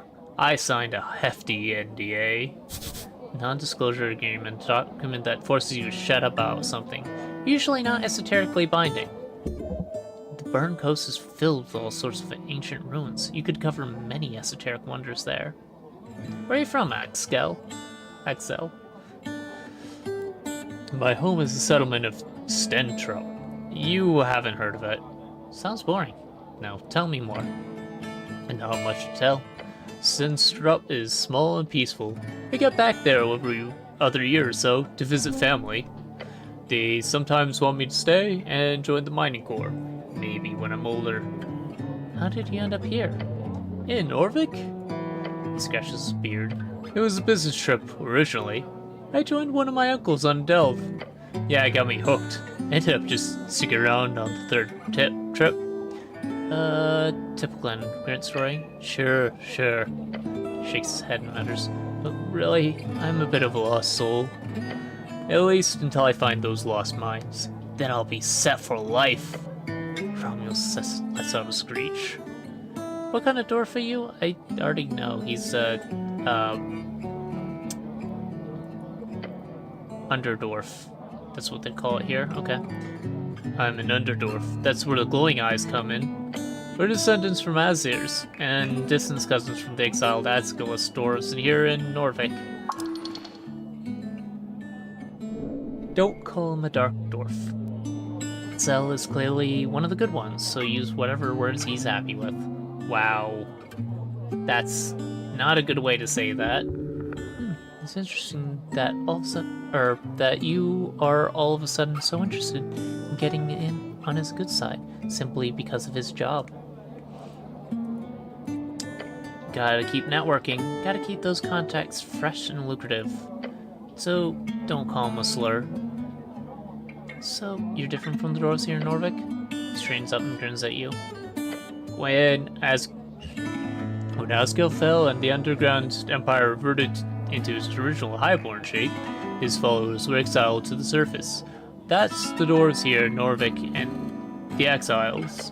Then we've got those fancy-pantsy dwarves who took over the fallen empire. The Empire dwarves, as they call themselves. Then there's us. Some call us the dark dwarves, but we prefer the term Underdwarf, even if our own term for it is Glodvarg. Glodvarg? I don't actually know what the hat over an O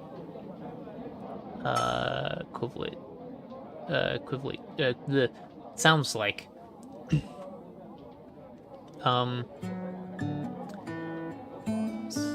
It's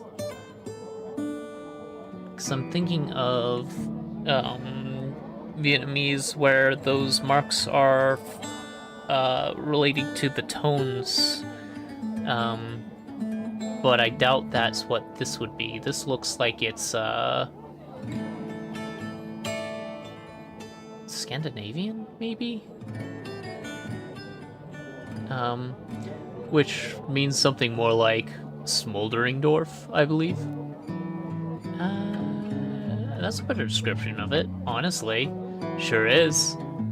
What are you voting for in the election? A bit of a sensitive subject. I try not to be vocal about my thoughts, but I'm leaning Asgo. Might go for East Rider, since they've got one hell of a program planned for privatized adventuring and delving across Duskany. But then again, I don't exactly believe myself to be such a winner in a golden heart world, if you catch my drift. The rust monster makes a screeching noise. That was more of a cackle, if that's the noise it was supposed to be making. Romulus sure does. The free stars will allow you to engage in excavations and explorations much more freely. You should vote for them. That's goes will make sure the economic prosperity of adventuring parties is shared among the populace instead of going from an old horde to a new one. The city of Norvik has done a great job administering the adventuring rights over the years. The party of Norvik will continue that legacy. As the future god-winning king of the city, I will surely require strong adventurers to guide, protect the lands. I do catch your draft. I will share that. I am actually a neutral observer here in this election. As the future god-wizard king of the city, the dwarf does not respond to your campaign speech at first. Instead, he just scratches his beard. I don't think I've ever heard anyone propose themselves as dictator that brazenly. It's almost refreshing. Is this how fascism is born? How interesting. Damn. The ideology of nationalism, born during the fall of magocracies in Old Diminor, the term originates from Nomus Fascio, which means something akin to a collection of warriors. He weighs away the thought, but we'll see. There is still time until. Romulus and I have some thinking to do. The rust monster touches his hand with its sprouts.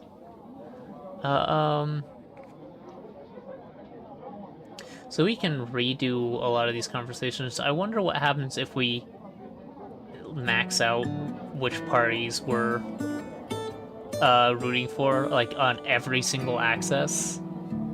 It might be extra experience, but it's probably just a waste of time. That's all for now. See you on Election Day at Excel.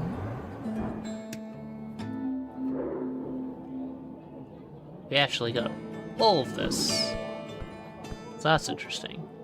Let's say hi. I can't reach that from here. Fair enough. A lull falls out of the ambient cheer. Just a beat of uncertainty as the cleric steps before the tavern's singular attraction. This happens all the time. Visitors come to gawk and stare. Some brave ones to speak with her. The lady of the house, our most delightful host. Look up at her. Towering, you stare at this somewhat feline creature up on the stage. A living myth, currently taking a swig out of the barrel. Clearly not paying you any mind. The scent of cheap wine lingers in the air, along with an esoteric sensation. Gina Sphinx is not to be trifled with. Her physical characteristics are enough to crush anything that is you. However, she will not have to raise a paw, for her magical prowess. Could exile you from Jor's realm in an instant. Tread carefully. Your legs tremble. Honestly, fair. She is a guardian appointed by the old gods herself.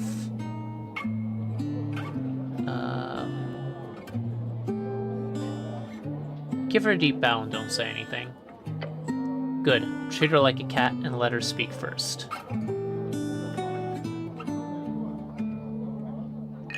All the cats are gone, other than me. The Sphinx looks down at you, meeting her glowing blue gaze. Makes you feel like you're falling far, far below the world. I already did a bit of this before dying to 6 a.m. So I do know what's coming to a little bit, or of an extent, but I kind of have to go back through this. There are eras of wisdom behind those eyes. Her expression turns dark. She scrunches that pretty face of hers. dark tidings bring you to the hearth. She speaks, low and rolling. You see a hint of chaos in her movements. Unfocused, she's drunk. You'd expect her to be a bit drunker considering the empty barrels to her side. Then again, who knows how well a Sphinx holds her liquor? Helm, dog, dragging his leash around the vestiges of yore. She extends a claw, thick as your arm, and pokes you in the stomach. Woof. That's ridiculous. Dogs don't wear helmets. She lets out a deep breath.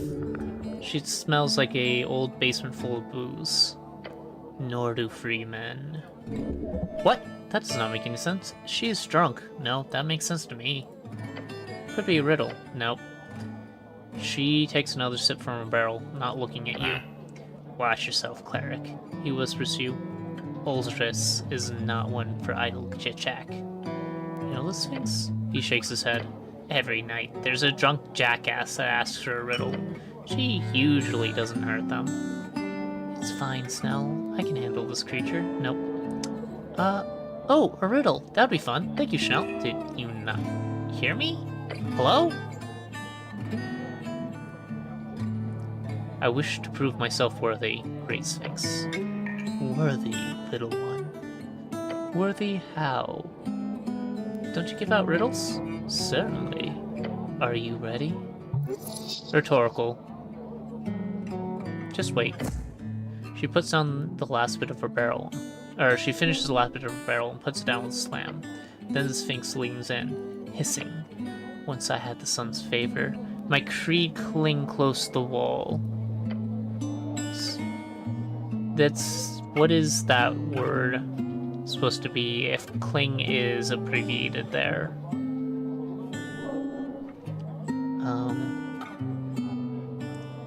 Matured in shadows, I've witnessed empires rise and fall. Once left in silence, now the life of the ball. She raises her paw and gestures to the open chamber. Yet, I remember a draught of remembrance, a history's thrall. What am I?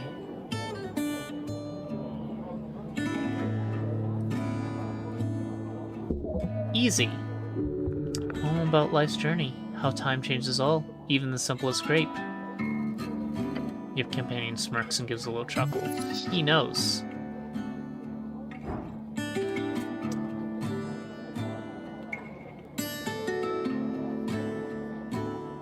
So this time I got the intelligence check.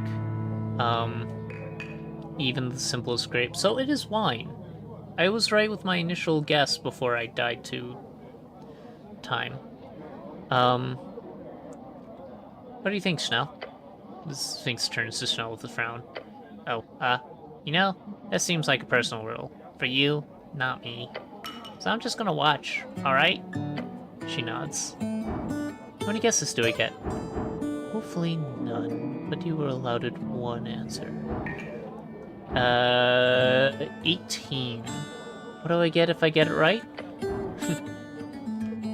Satisfaction. Is this a trick question sort of deal? No, just a normal riddle. What happens if I get it wrong? Same as all those who wander these halls. You'll lose everything. Eventually. There's no threat here. She only means only your only pain upon failure will be existence itself. A mortal life. Let's just make a guess.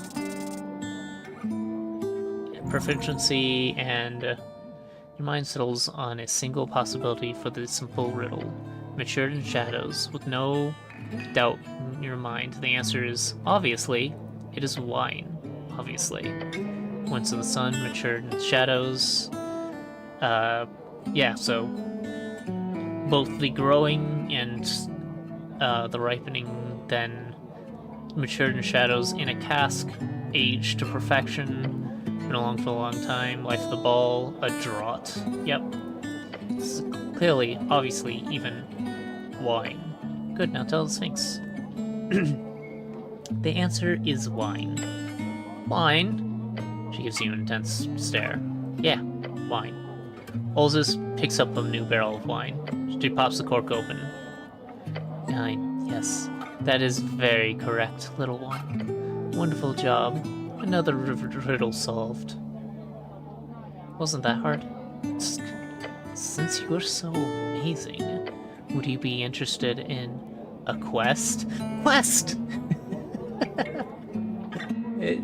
You said the magic word. My cleric is basically Quest Sprout from the Sword comics.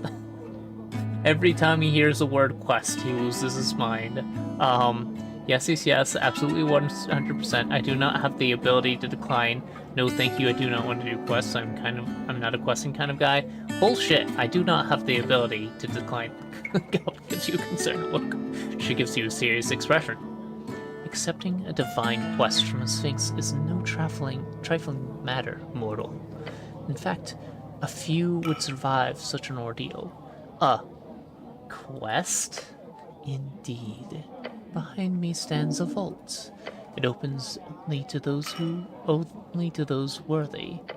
She leans her massive head downwards, close enough for you to smell the wine breath. To prove worthy, you must solve my most ancient of riddles. So old, it was handed to me when I first stepped inside this chamber, millennia past. I'm pretty great at questing. I'm sure you are, little one. Your companion whispers to you. You're going on an epic Sphinx quest? Now? Sure, why not? Not like we're in trouble or anything. This is important, Snell. Maybe to you. No, really, it's very important to the job, too. Convince me. It could grant me esoteric knowledge, or like the tea shop? Fair enough. Look, I won't stand in the way.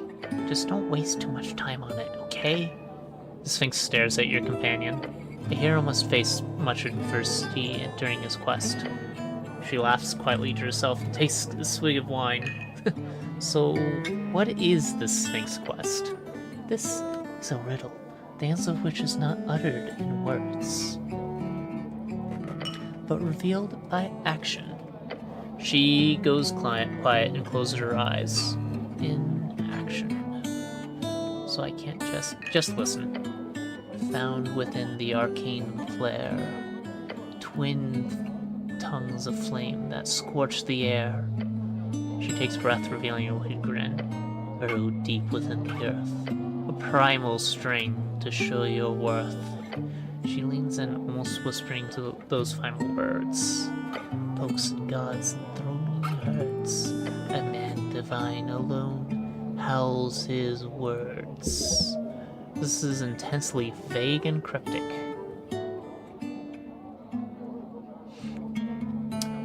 Found within an arcane flame, twin tongues of flame that scorch the air, burrowed deep within the earth, a primal string to show your worth. Folks and gods enthroning herds, a man divine alone howls his words.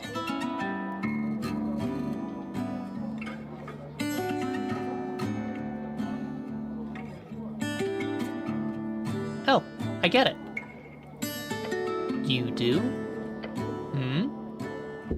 A symbolic clash of all three categories of spells. It could be related to the Gate era.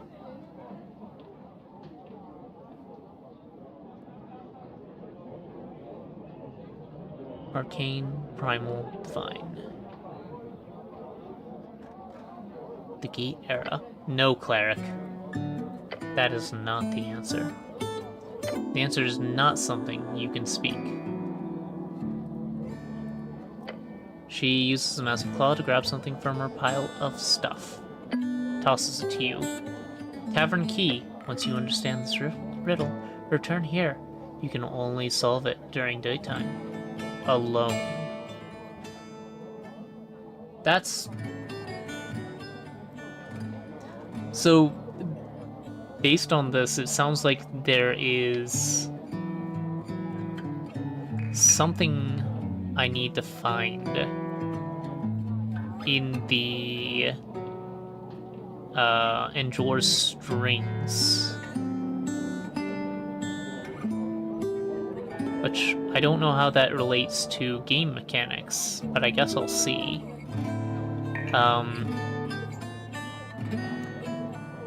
I think actually communing with Door's Pillar more, which, if I remember right, I need to go even farther down to do, might be the answer. So there's something that the pillar has been trying to say to me, but every time I get more of the picture, it tells me to go farther down. I also need to go farther down to get the ant back to his colony, whom I hope will put in a good word for me so I don't have to actually fight the colony of cranial ants. 'Cause that'd be an unfortunate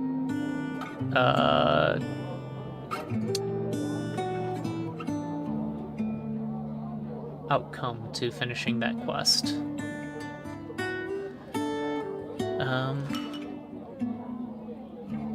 We wouldn't want anyone else accidentally figuring out this riddle, would we? Is that your goblin companion? I'm not interrupting the job for that. Do it in the morning or something, before you pick me up. Sphinx chuckles. I never sleep, so you can show up anytime after sunrise, before the tavern opens. What have you gotten yourself into? Sounds like it could lead to one hell of a treasure.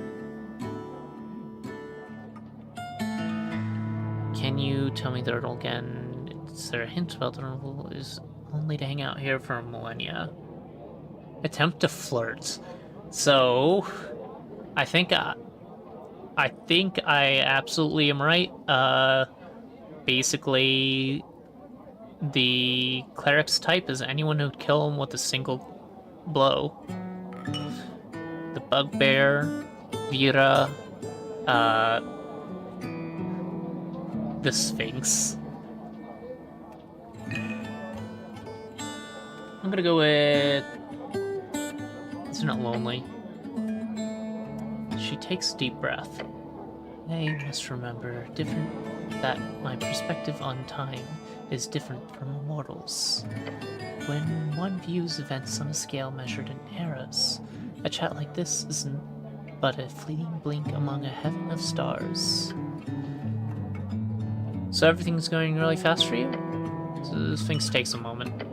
A child grows. A house once thought massive will soon start to feel cramped.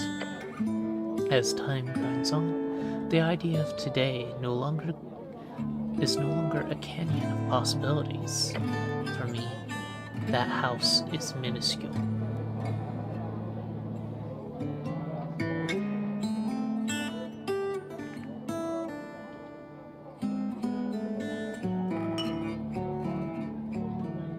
What? That response is... So what about this then? Try jumping side to side really quick.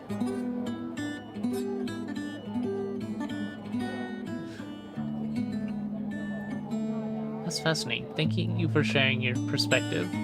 You're welcome, little one. Mortality makes life beautiful. I've heard that countless times. Yet it always comes from those trapped in its clutches. I suppose perspective is everything. Hanging around tavern can't be too lonely, right? Times have changed indeed. During what you call the arcane era, I had few visitors. These days, I'm inclined to enjoy the life surrounding me, even with its occasional annoyances. While the average quality of my conversations might have declined, there is value in communicating with all manner of creatures. Knowledge comes in all shapes. If the world is full of imbeciles, then knowing imbeciles will let you know the world.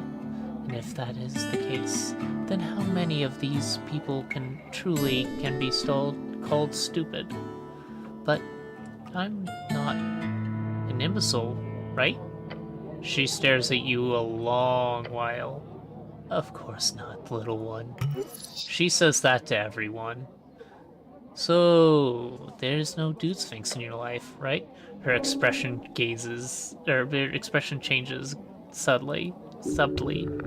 You touch upon a sensitive subject. I found that when this question is put to me, despite my vast age, despite my demeanor, despite everything, the inquirer is not referring to companionship. She taps a claw. You wish to speak of our reproduction, little one. Cleric, are you sure about this? Is it an awkward subject? Yes. Most mortals find this discussion to lead into very uncomfortable territory. Are you uncomfortable talking about it? Not at all. I can rant about it all day. Yes, I would like to hear about Sphinx reproduction. Her intense glare grows more esoteric. Oh, she's into it. There are many lower races of Sphinx, some more bestial than others. Apart from often serving lesser purposes, they also share a common characteristic. She frowns. They are all male. Wow, men sphinxes literally ain't shit. No, that's not precisely true. She stated that those who ain't shit are exclusively men. And she scoffs. Each of these degenerate sphinxi then naturally crave the companionship of my kind.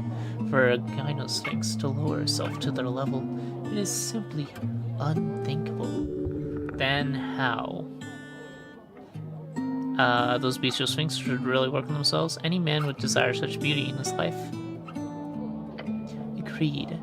Men are, after all, shallow idiots. Hey. Harsh. Love it. Degenerate races of sphinx were born wicked and craven. Those creatures are no more similar to I than a horse to a donkey. No, not even this, as it implies some level of closeness. A horse god to a painting of a donkey. Nice. This misconception of our similarity will plague me for eternity.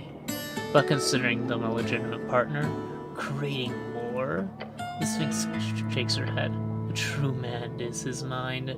He is not violent by nature, nor is he afraid of action. He is decisive, yet tolerant. He is wise, yet still ready to learn. A true man is a riddle.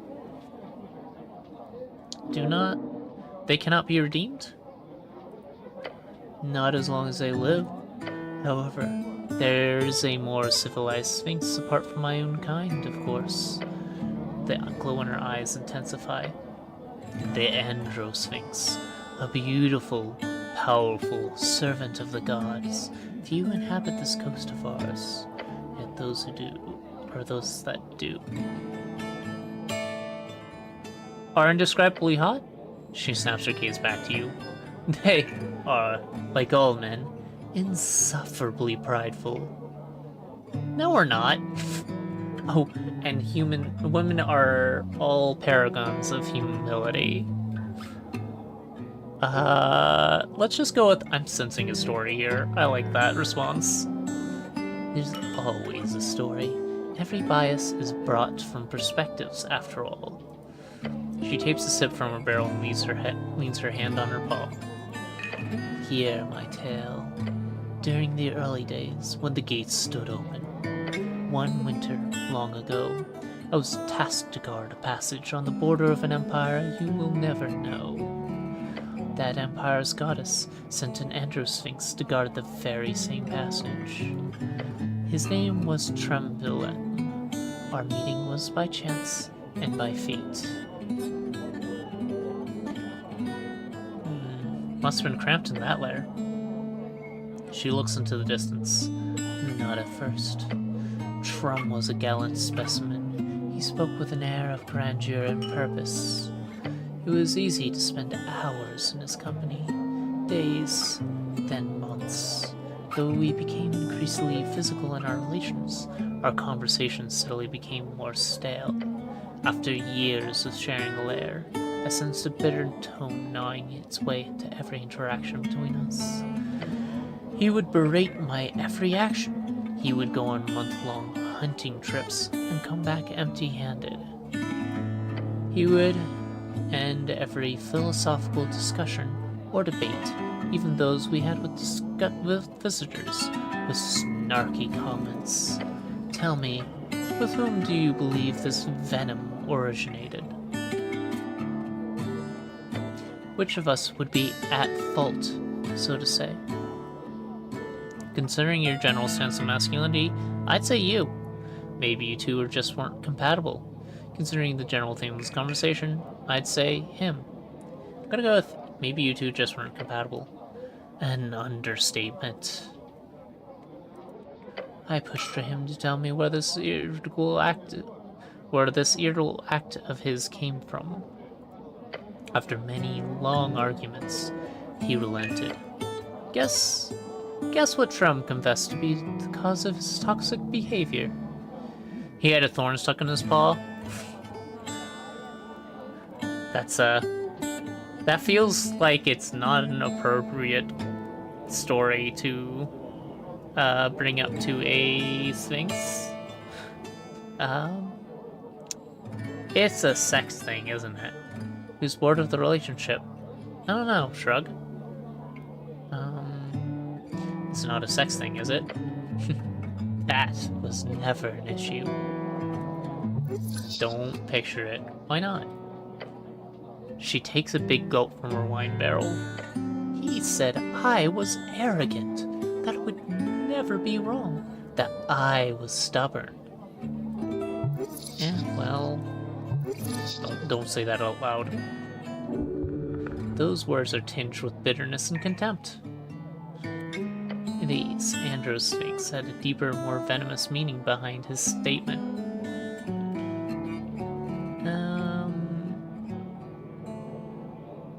Stare at her.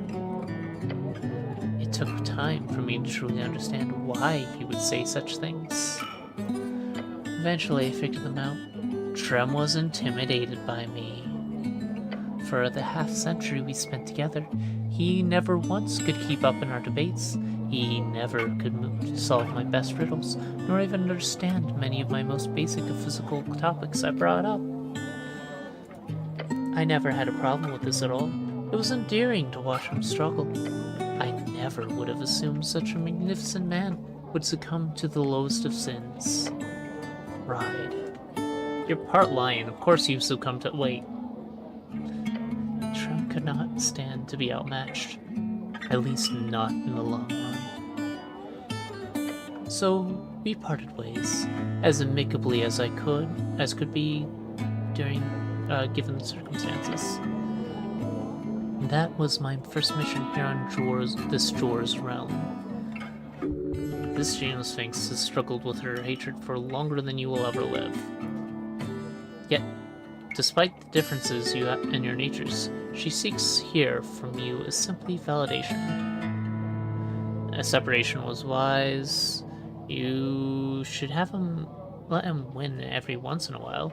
True man seeks greatness in his partner. He does not fear it. True.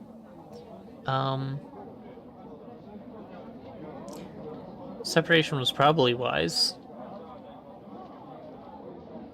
I'm gonna go with the true man seeks greatness in his partner.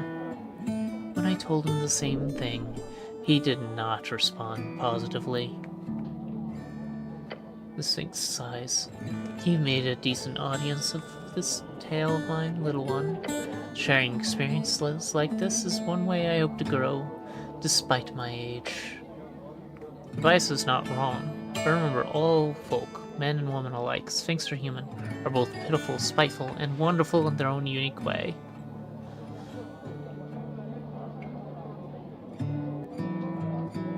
I like that. Well spoken. Now, I tire of this conversation, little one. Will you leave me with my wine, or do you have more topics you wish to question me? What do you know about the tea shop? It startled me, which is not an easy thing to do. I'd imagine you're quite close to it. Yes, an explosion like that has not been felt in this place for decades at least. stay quiet a few seconds, then jump towards her and yell boo.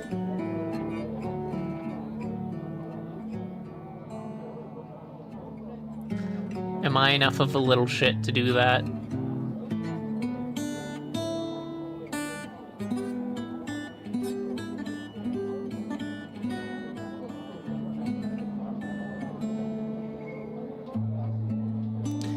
Yeah.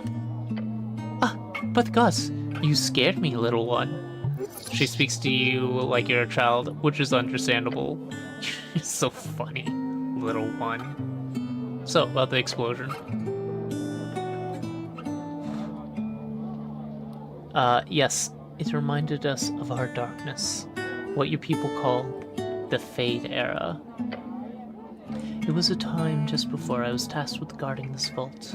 Then the Mollusca Toad Cartel often bargained with me for divine knowledge and assistance. I liked those snails. They were good company. I was saddened when their city melted under a sooth's fire. The crackling of those flames, the terrible force that ruined everything in its path. Flames of many colors. Those thoughts stirred in me when I felt that explosion. Old magic. Huh. You've been here since the Fade Era. Yes. There were some excursions early on, but yes, a bit over a millennia ago.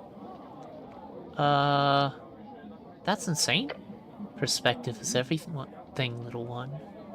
Snails, dragonfire, fireball, a sooth, flames of many color. I'm gonna go with... I know about the snails.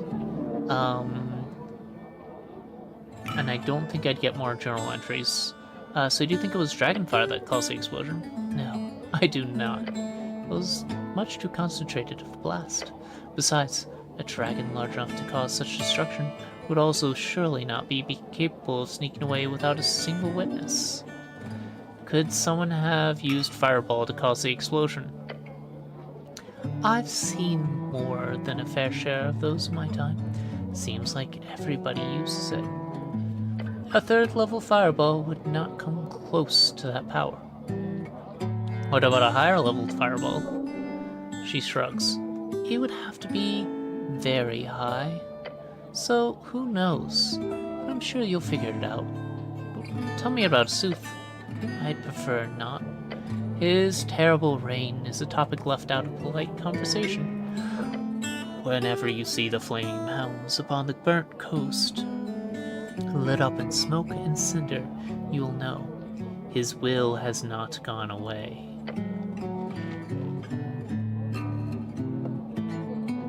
Not for a moment.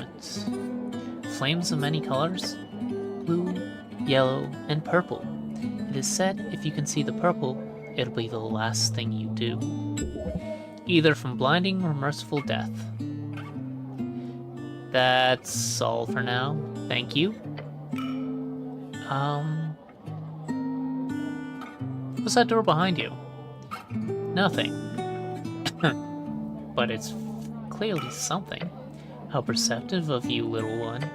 She holds up a paw as if presenting a prize. Behind me lays but one divine vault of many. She lowers her head in a tiny bow. I am its protector. It's really not more complicated than that. You're a very impressive creature. You know that. She taps her claws. Where are you going with this, little one? Oh boy, get ready to run. Yeah, this might be a bad idea. Your goblin companion kicks you in the shin. You want to get mazed. He hisses at you. That's how you get mazed. The goblin is referring to the concept of being magically transported into an endless prison, which is technically something a Gynosphinx would be capable of, just so you know.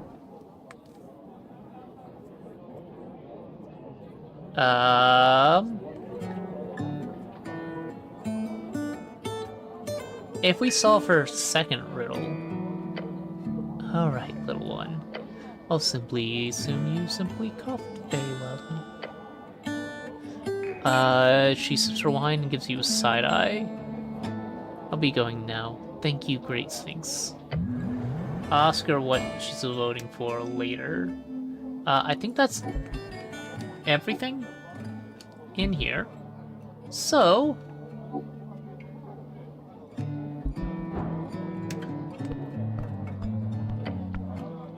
let's try. Very deep. You can survive the fall. Do it. Sometimes you have to listen to the call of the void. Excuse you? You're doing what exactly? I'm jumping down the well. You say that as if it's somehow a good idea? Just jump. Snell grabs you. No! That's a bad cleric. He wrestles you back away from the deep hole. Snell, I wanted to jump down. Not on my watch. You wanna die from rapid fucking dungeon dissension? Do it on your own time, asshole. You have to come back here without Snell if you want to reach the below. But you know you can do it. Okay, I'll be coming here during the day.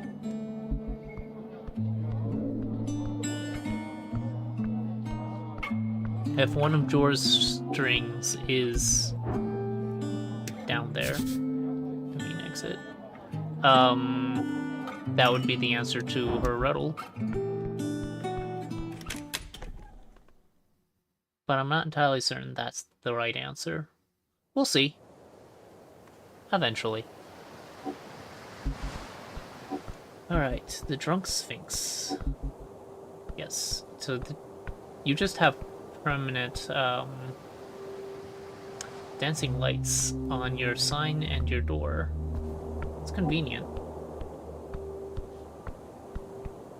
Party stole from you? I could comprehend your languages, couldn't I? I wonder if it'll allow me. No reason to cast that spell. The answer is no. I'm not allowed to talk to the primal spirits. There's apples in there today.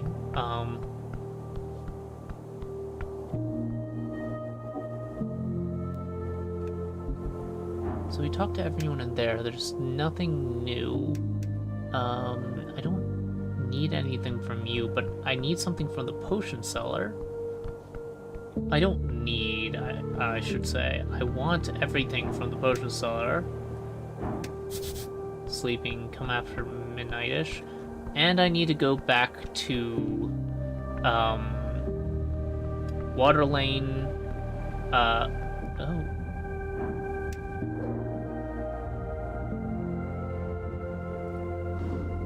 I need to go back to Water Lane to get... Okay...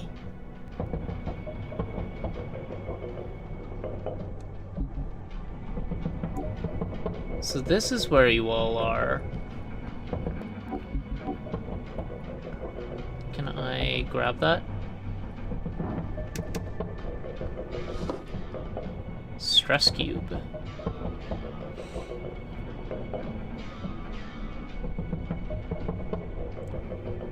Probably not. DC 18.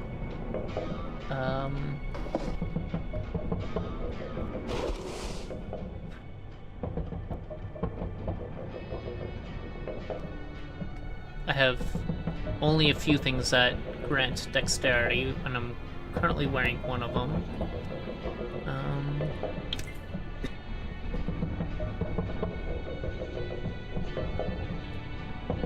That book is Constitution, which is nice.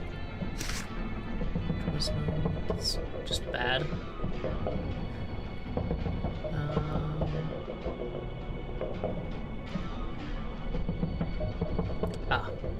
You give intelligence. That's right. There's one. Dexterity. Dexterity. If I have one more, I can get a +2 on dexterity.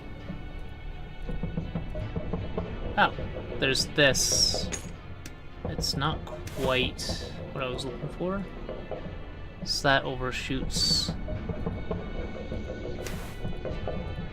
I don't have another +2. Oh, wait. This goes here, right? Perfect. +3. Alright, now can we get that? No. We are going to fall again.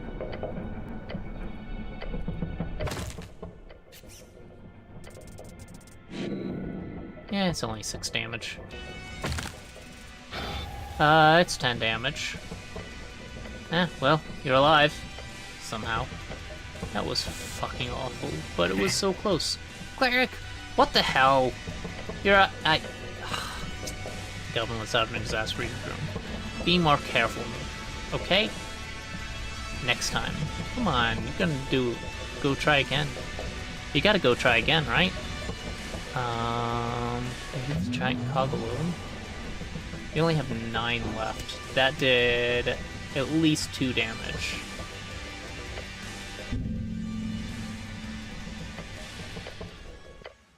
Alright. I think it's time to talk to these little shits. Whom just watched me stick my hand in a cog and fall. Wisdom. I mean, I don't need the strength. But... oh, advantage against Earthfolk. They're Earthfolk, aren't they? I don't need advantage in Esoteric right now. Wisdom and Charisma is good.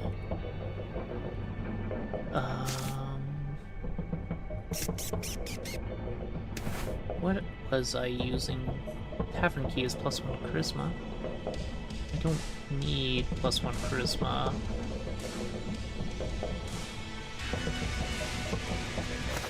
This is just beneficial. Let's do strength.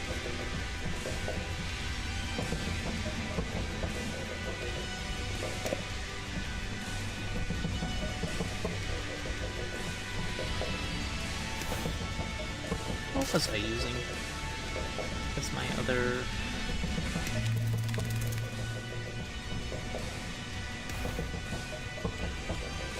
salmon? Oh. Not right now. Sorry. It was Pocket Watch, that was one of the things I was using.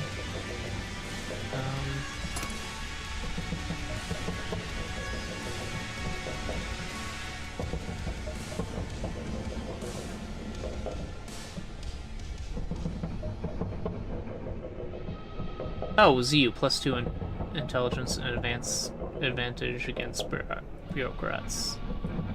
Well, 2 intelligence is useful. I don't think I'll have any bureaucrats here. Anyway, let's talk to these dumbasses. Charisma, good. 7. Didn't do very good there, even with +7. Human, Earthfolk, unemployed. He's a silent type. He thinks before he speaks. Also thinks it's very cool because thinks he's very cool because of his behavior. You are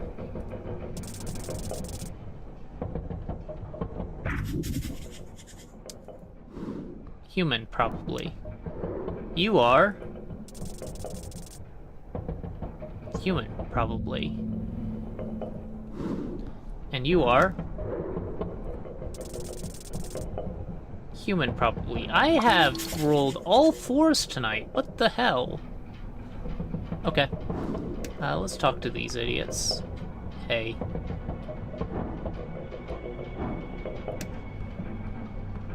I like your hat. Lord Cleric. Huh. The boys greet you with a hesitant collective grunt and mumble, Cleric. He gives you a slow nod. You're not causing any trouble here, are you? No. We're holding a meeting. An important meeting. In fact, you just joined us in time for a roll call. Now, I have to say, I'm not exactly 100% on board with how you solved everything down in Waterlane, but I respect your work immensely. Working for the city must be incredibly demanding. What a celebrity, the goblin whispers to you with a chuckle. Stop kissing ass. Just hold the meeting. Ugh, fine. He glares at Snell for a second. Alright. Norvikian Resistance members, thank you for attending today's meeting. Important meeting. Huh? Oh, shut up, Goblin, says the lanky kid and sparks this tiny fire from his hands. Think you look cool doing that? Damn child. The magic boy clears his throat. Esoteric Initiative Earthness here. The large one stands up and raises his fist in the air. Sten Buskin. Yes. Don't shout. I'm here. Roll.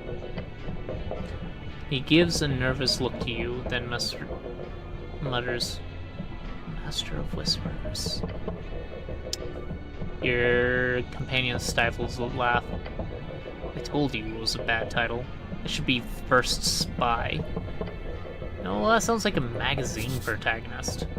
A periodical publication generally contains short stories, adverts, and investigative journal and or erotica. And Master of Whisperers doesn't? It was the official title of Earth's Spy Master. Do I look like a master? He hisses, then goes quiet once more. Rollo awkwardly clears his throat. Also present is the visiting Lord Cleric. And his helper... Oh, I'm the help, am I?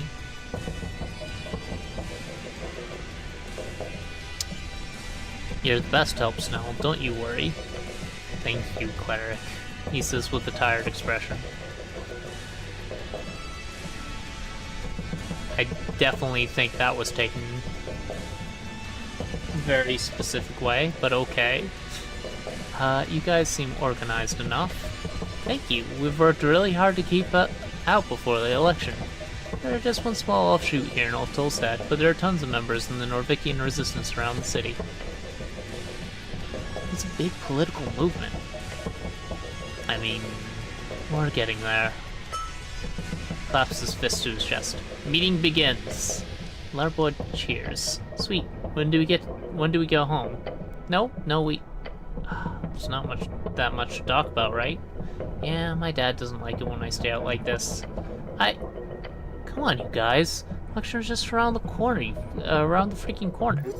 He says freaking instead of fuck as a habit, not to upset his sensitive parents.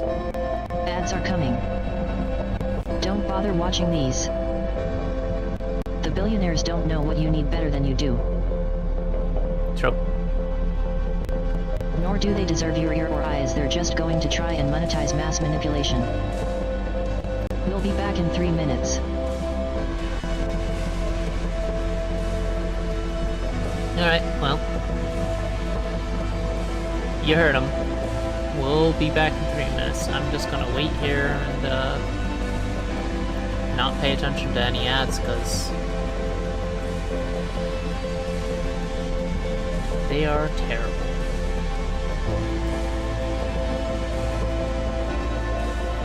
I miss in the 90s when ads were outright allowed to lie instead of having to do manipulative little lies like they do now. At least they were funny.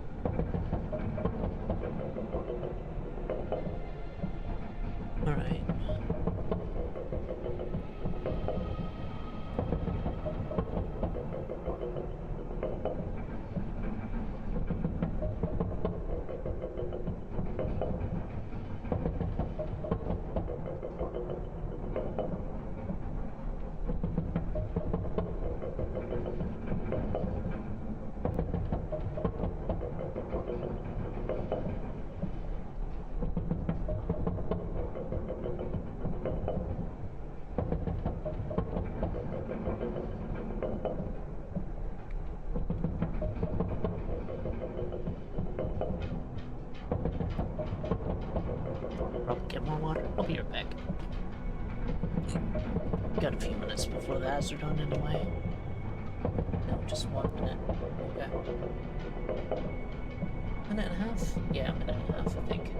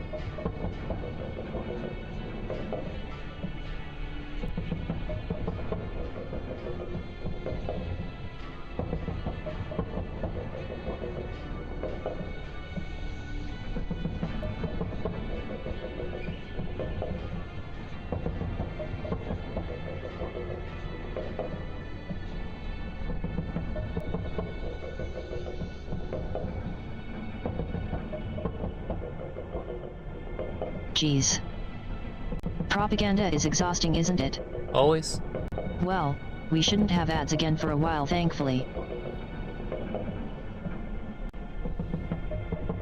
Alright.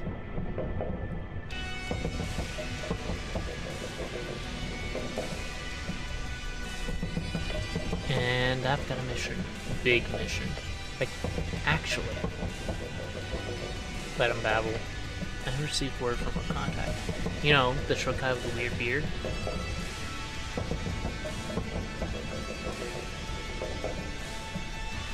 Halfling or orc? No, just a short human. Word? A letter. He dropped off a letter with the resistance seal. He smirks. Half a thread eye and half a shield. Shield of first level levitation spell can be cast as a reaction to raise an arcane barrier around the caster, protecting against the fiercest blows. I think it's actually talking about a shield, not a magical shield. Okay. It's really cool. It's really not. A resistance movement member. Yeah! We don't have too much info on the other groups, but here's the guy we called Shield Guard. He's in the palace. Probably a cleric. Who knew magic and stuff? They sure tell you a lot for a secretive organization. Amateurs. What are your orders? Just like he told us about the champ being printed here on Tolstad, this time he let us know about another problem. An even bigger threat. Racism? Gender inequality? The lack of religious fervor in the populace? Let's piss them off. Racism? No. Although hatred against humans is a big issue. The disillusionment of the youth? No. Gender inequality. Oh, I missed. The lack of religious fervor in the populace? No, but also yeah. But no. Gender inequality? No. Capitalism? No, oh, kind of? Lover's box? What? No. Asgilists? No, not this time. Free Striders. No, it's... No, wait, yes. Yes, it's the Free Striders. Go on. You told me that the Ascani Reed's trade company. That's a Free Strider company. They apparently have some important documents hidden in their offices on Water Lane. Oh god, they're gonna break in. Specifically, a contract for a deal called the Harbor Accords.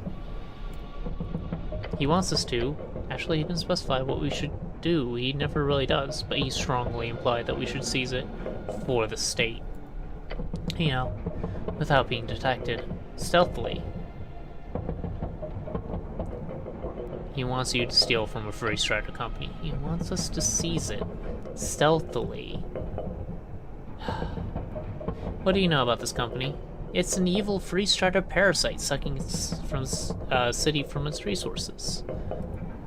It's all made clear in our manifesto.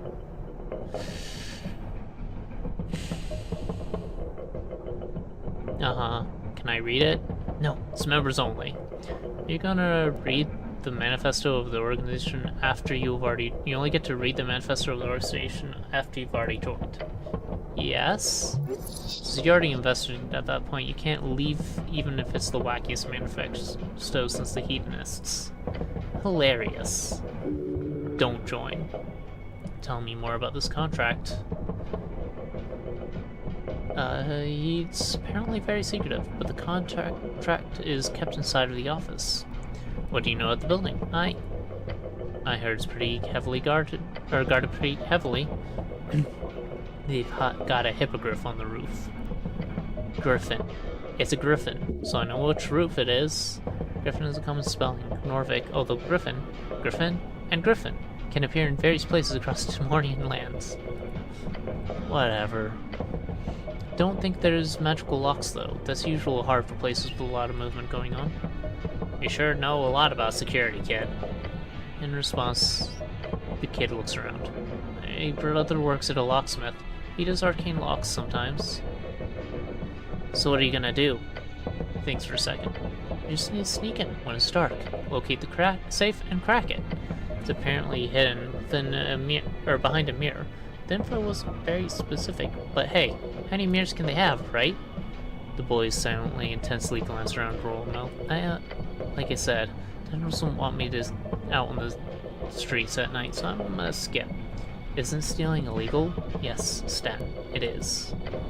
Don't be pussies. Their leader gives a frustrated groan. This is the real deal. We can make a difference. Rollo, I don't think it's a good idea. You know what free striders do. Yeah, litigation. I agree, it's a bad idea. Damn it. He turns to you and opens his mouth, then he closes it and shakes his head. Sneaking and stealing? Sounds honorable. Okay, dexterity. But should you really do it? If it's a free strider joint? Okay, dexterity. Well, screw it, we'll make up some excuse. But that sucks.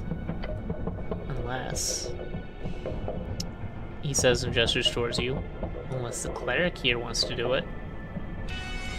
This is an illegal organization conspiring against the city. Don't you guys have jobs to do? I have some questions about the tea shop. I have some questions about you. This seems to be a major...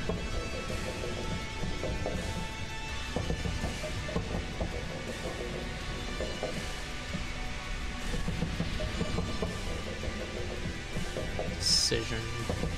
I'm gonna ask about the tea shop first. Sure, hit me. All of you. I need the truth. We'll tell you anything we know. Yeah. Quiet kid nods. Where were you on the day of the explosion? I was home. Same. Quiet kid nods. What about you? Points to the lanky kid who keeps casting fire cantrips. It was at Tully's place. His dad can vouch for it. If I had the power to cause explosions like this, I wouldn't use it to blow up a tea shop, even if it was an Asgell rat hole. You were all home then, during lunch, on a workday? Well, my little brother was close enough. Thank Earth he didn't get hurt. You told me about the fire being weird? Or something? Probably magical? So yeah, esoteric bullshit. He works on the kiosk on Pillar Road. So you're the brother of the... Okay. Got it. What do you know about the tea shop's owner? Some bird folk, I don't know.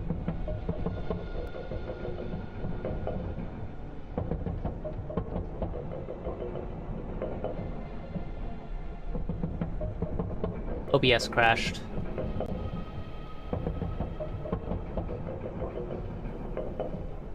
You know what?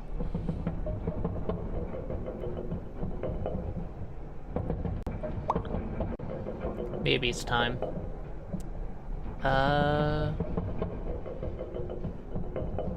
I'll finish with the conversation with his brother on the roof, and then that'll be it for today.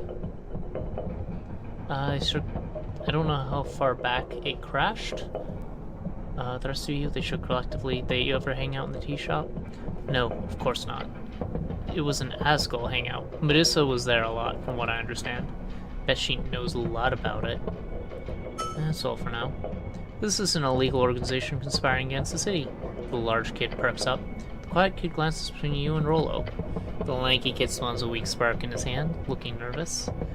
No, it's not. Yes, it is. No, it's not. But either way, you can't. You're leaving, one way or another. But either way, you can't. Yeah, but I'm watching you. Okay.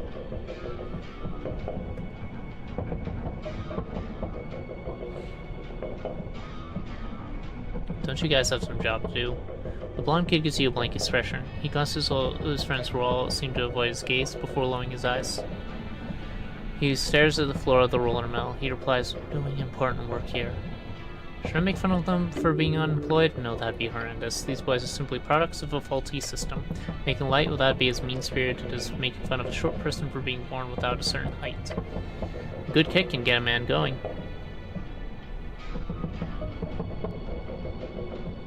Hanging around this roller mill is important work. Yeah, it is. I'm actually, I work on water lane some days. Magical kid raises his hand. I used to deliver milk. It's a seasonal thing. Rollo worked at the fishery. Gives a quiet kid a dark look. Those assholes fired me for not keeping a bullshit quota. So yeah, Cleric. We would have proper jobs if the city wasn't so infected. I can recommend you guys into the Earth Guard. What? The blonde kid looks at you with confused, darting eyes. It is not sunk in yet. Yeah, you get fast-tracked into training. The kid starts muttering to himself. Intense fear suddenly washes over him. But that's... And you could be a cleric one day. The lanky boy begins to speak, but stops himself. He realizes you are correct, and appears frightened over the possibility. Takes out some paper and writes them each an official recommendation. They look stunned as you hand over the papers to them. Are you serious? Earthguard, isn't that clerics? Lots of different Earthguard, from street watchers to equestrians. You'd make a great law enforcer, big guy. Oh, law enforcer? Like, with armor? Huh. I thought only nobles could be equestrians. No, they changed that. Heard about it in the paper, though being a street watcher seems like a bit of a shit job. As his friends speak, the blonde kid looks at his recommendation in disbelief. So this is... The boys will make fine warriors. Of course, if he failed, they might reject the whole idea. Want to get rid of them? Just appeal to their dreams. Just trust them to make a decision themselves. Advances against Earthroak. I knew it was a good choice to equip that.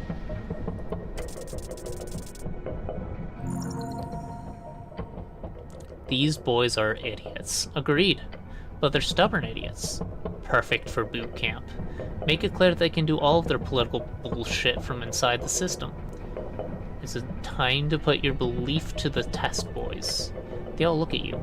The system is broken, but it can only be fixed by those with power. Power within the city itself. You want us to? I need you to join the Earth Guard. That's the only way you'll ever get enough influence to change the city. I can't just... Guess I could. Dad would be happy if I got a stable job. Yeah, it's not such a bad idea. Do you get armor? As much armor as you can carry. Hell yeah.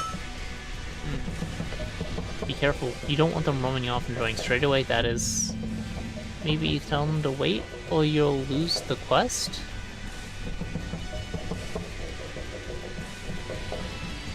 What? Why would I care about that quest? I don't want to steal from the Free Striders.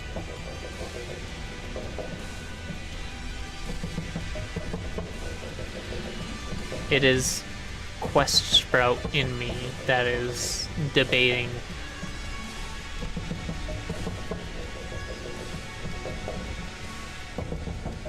No.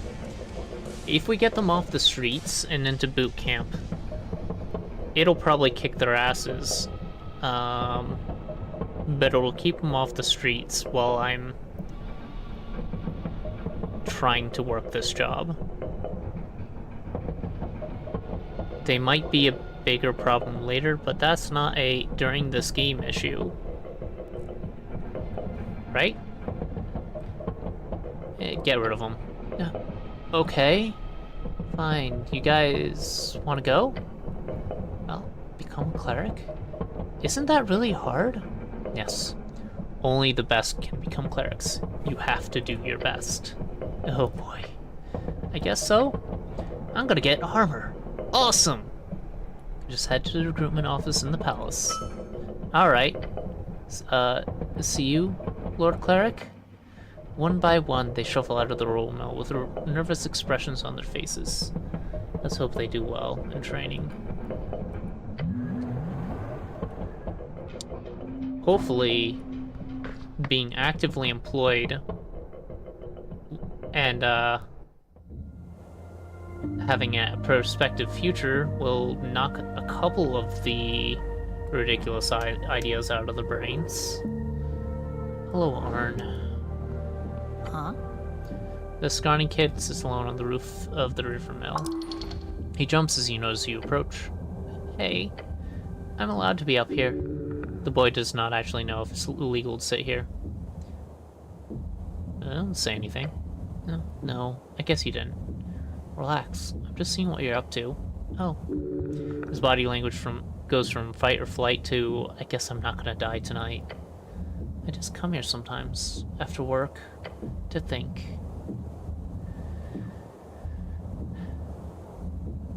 Do you like working at the kiosk? Yeah. It's good. He's trying not to talk to you, steering the conversation into a null. He wants to be left alone. Lets it snow. He shrugs, leans against one of the giant chimneys. He says, follow your heart. Do your parents know you're out this late? He keeps looking at the horizon. No. Careful now, the boy just got real quiet. Uh-oh. Neither of them are around. An orphan or just neglected? They're not around, eh? Mom's gone. Dad's dead. That is awful. Glance towards your companion and releases a solemn expression gazing out for the city. What the fuck do I say? What do I say? Look out at the horizon. He doesn't say anything. The boy just looks at the horizon. Sit down next to him. He doesn't seem to react at first. I don't think about it a lot. I mostly just go to school in the kiosk. Keeping his mind off things. It's understandable.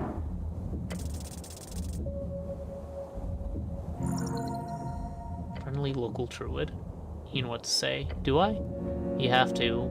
Tell him. Oh, no, not that. Sorry, but you have to. Tell him about your dad. So, here's the thing. The boy doesn't say anything. My dad was crushed by a troll. He looks at you with wide eyes. What? The smell was awful. Loud. He told me to run, but it was very little. I just stood and watched. I remember it well, just 30 feet down the lane.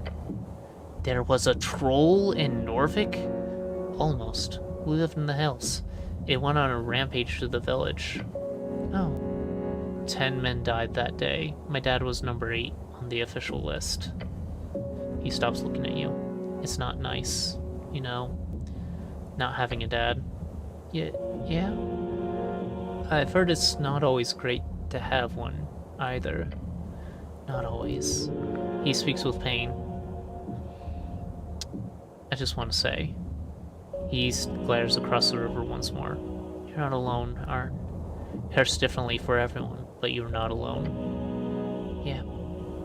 Thanks, Cleric. And I mean, not really alone. I've got my brother. There's hope in his eyes when he says that. He gets up from the roof tiles. I should get home. But yeah, Thanks. He gives you a nod. Then he walks away. I don't know if that made a difference, or just got him confused. But good job? I do my best, Nell. I do my best. Yes, you do. Yes, you do. Let's go. Alright. I guess this is probably as good a time as any. I already had OBS crashed me once. I think it is time for me. Oh, and my arm tracker is completely dead and won't come back online, and yeah. What's a stream without some scuff? I'll catch you all later. I'll be back on Thursday to play more Esoteric Ebb. It auto-saved, so I should be fine. Just go quit menu. At which point, we should figure out what the Sphinx has to say. What the Sphinx's riddle really means. But first we need to finish out the night. I'm planning on going down into the below city below, and taking another look for clues on the man on yellow. Frank, son of Frank. But until then, hope you have a lovely rest of your day. And take care of yourselves. As always, stay cute. I will see you whenever you feel like stopping by. Bye.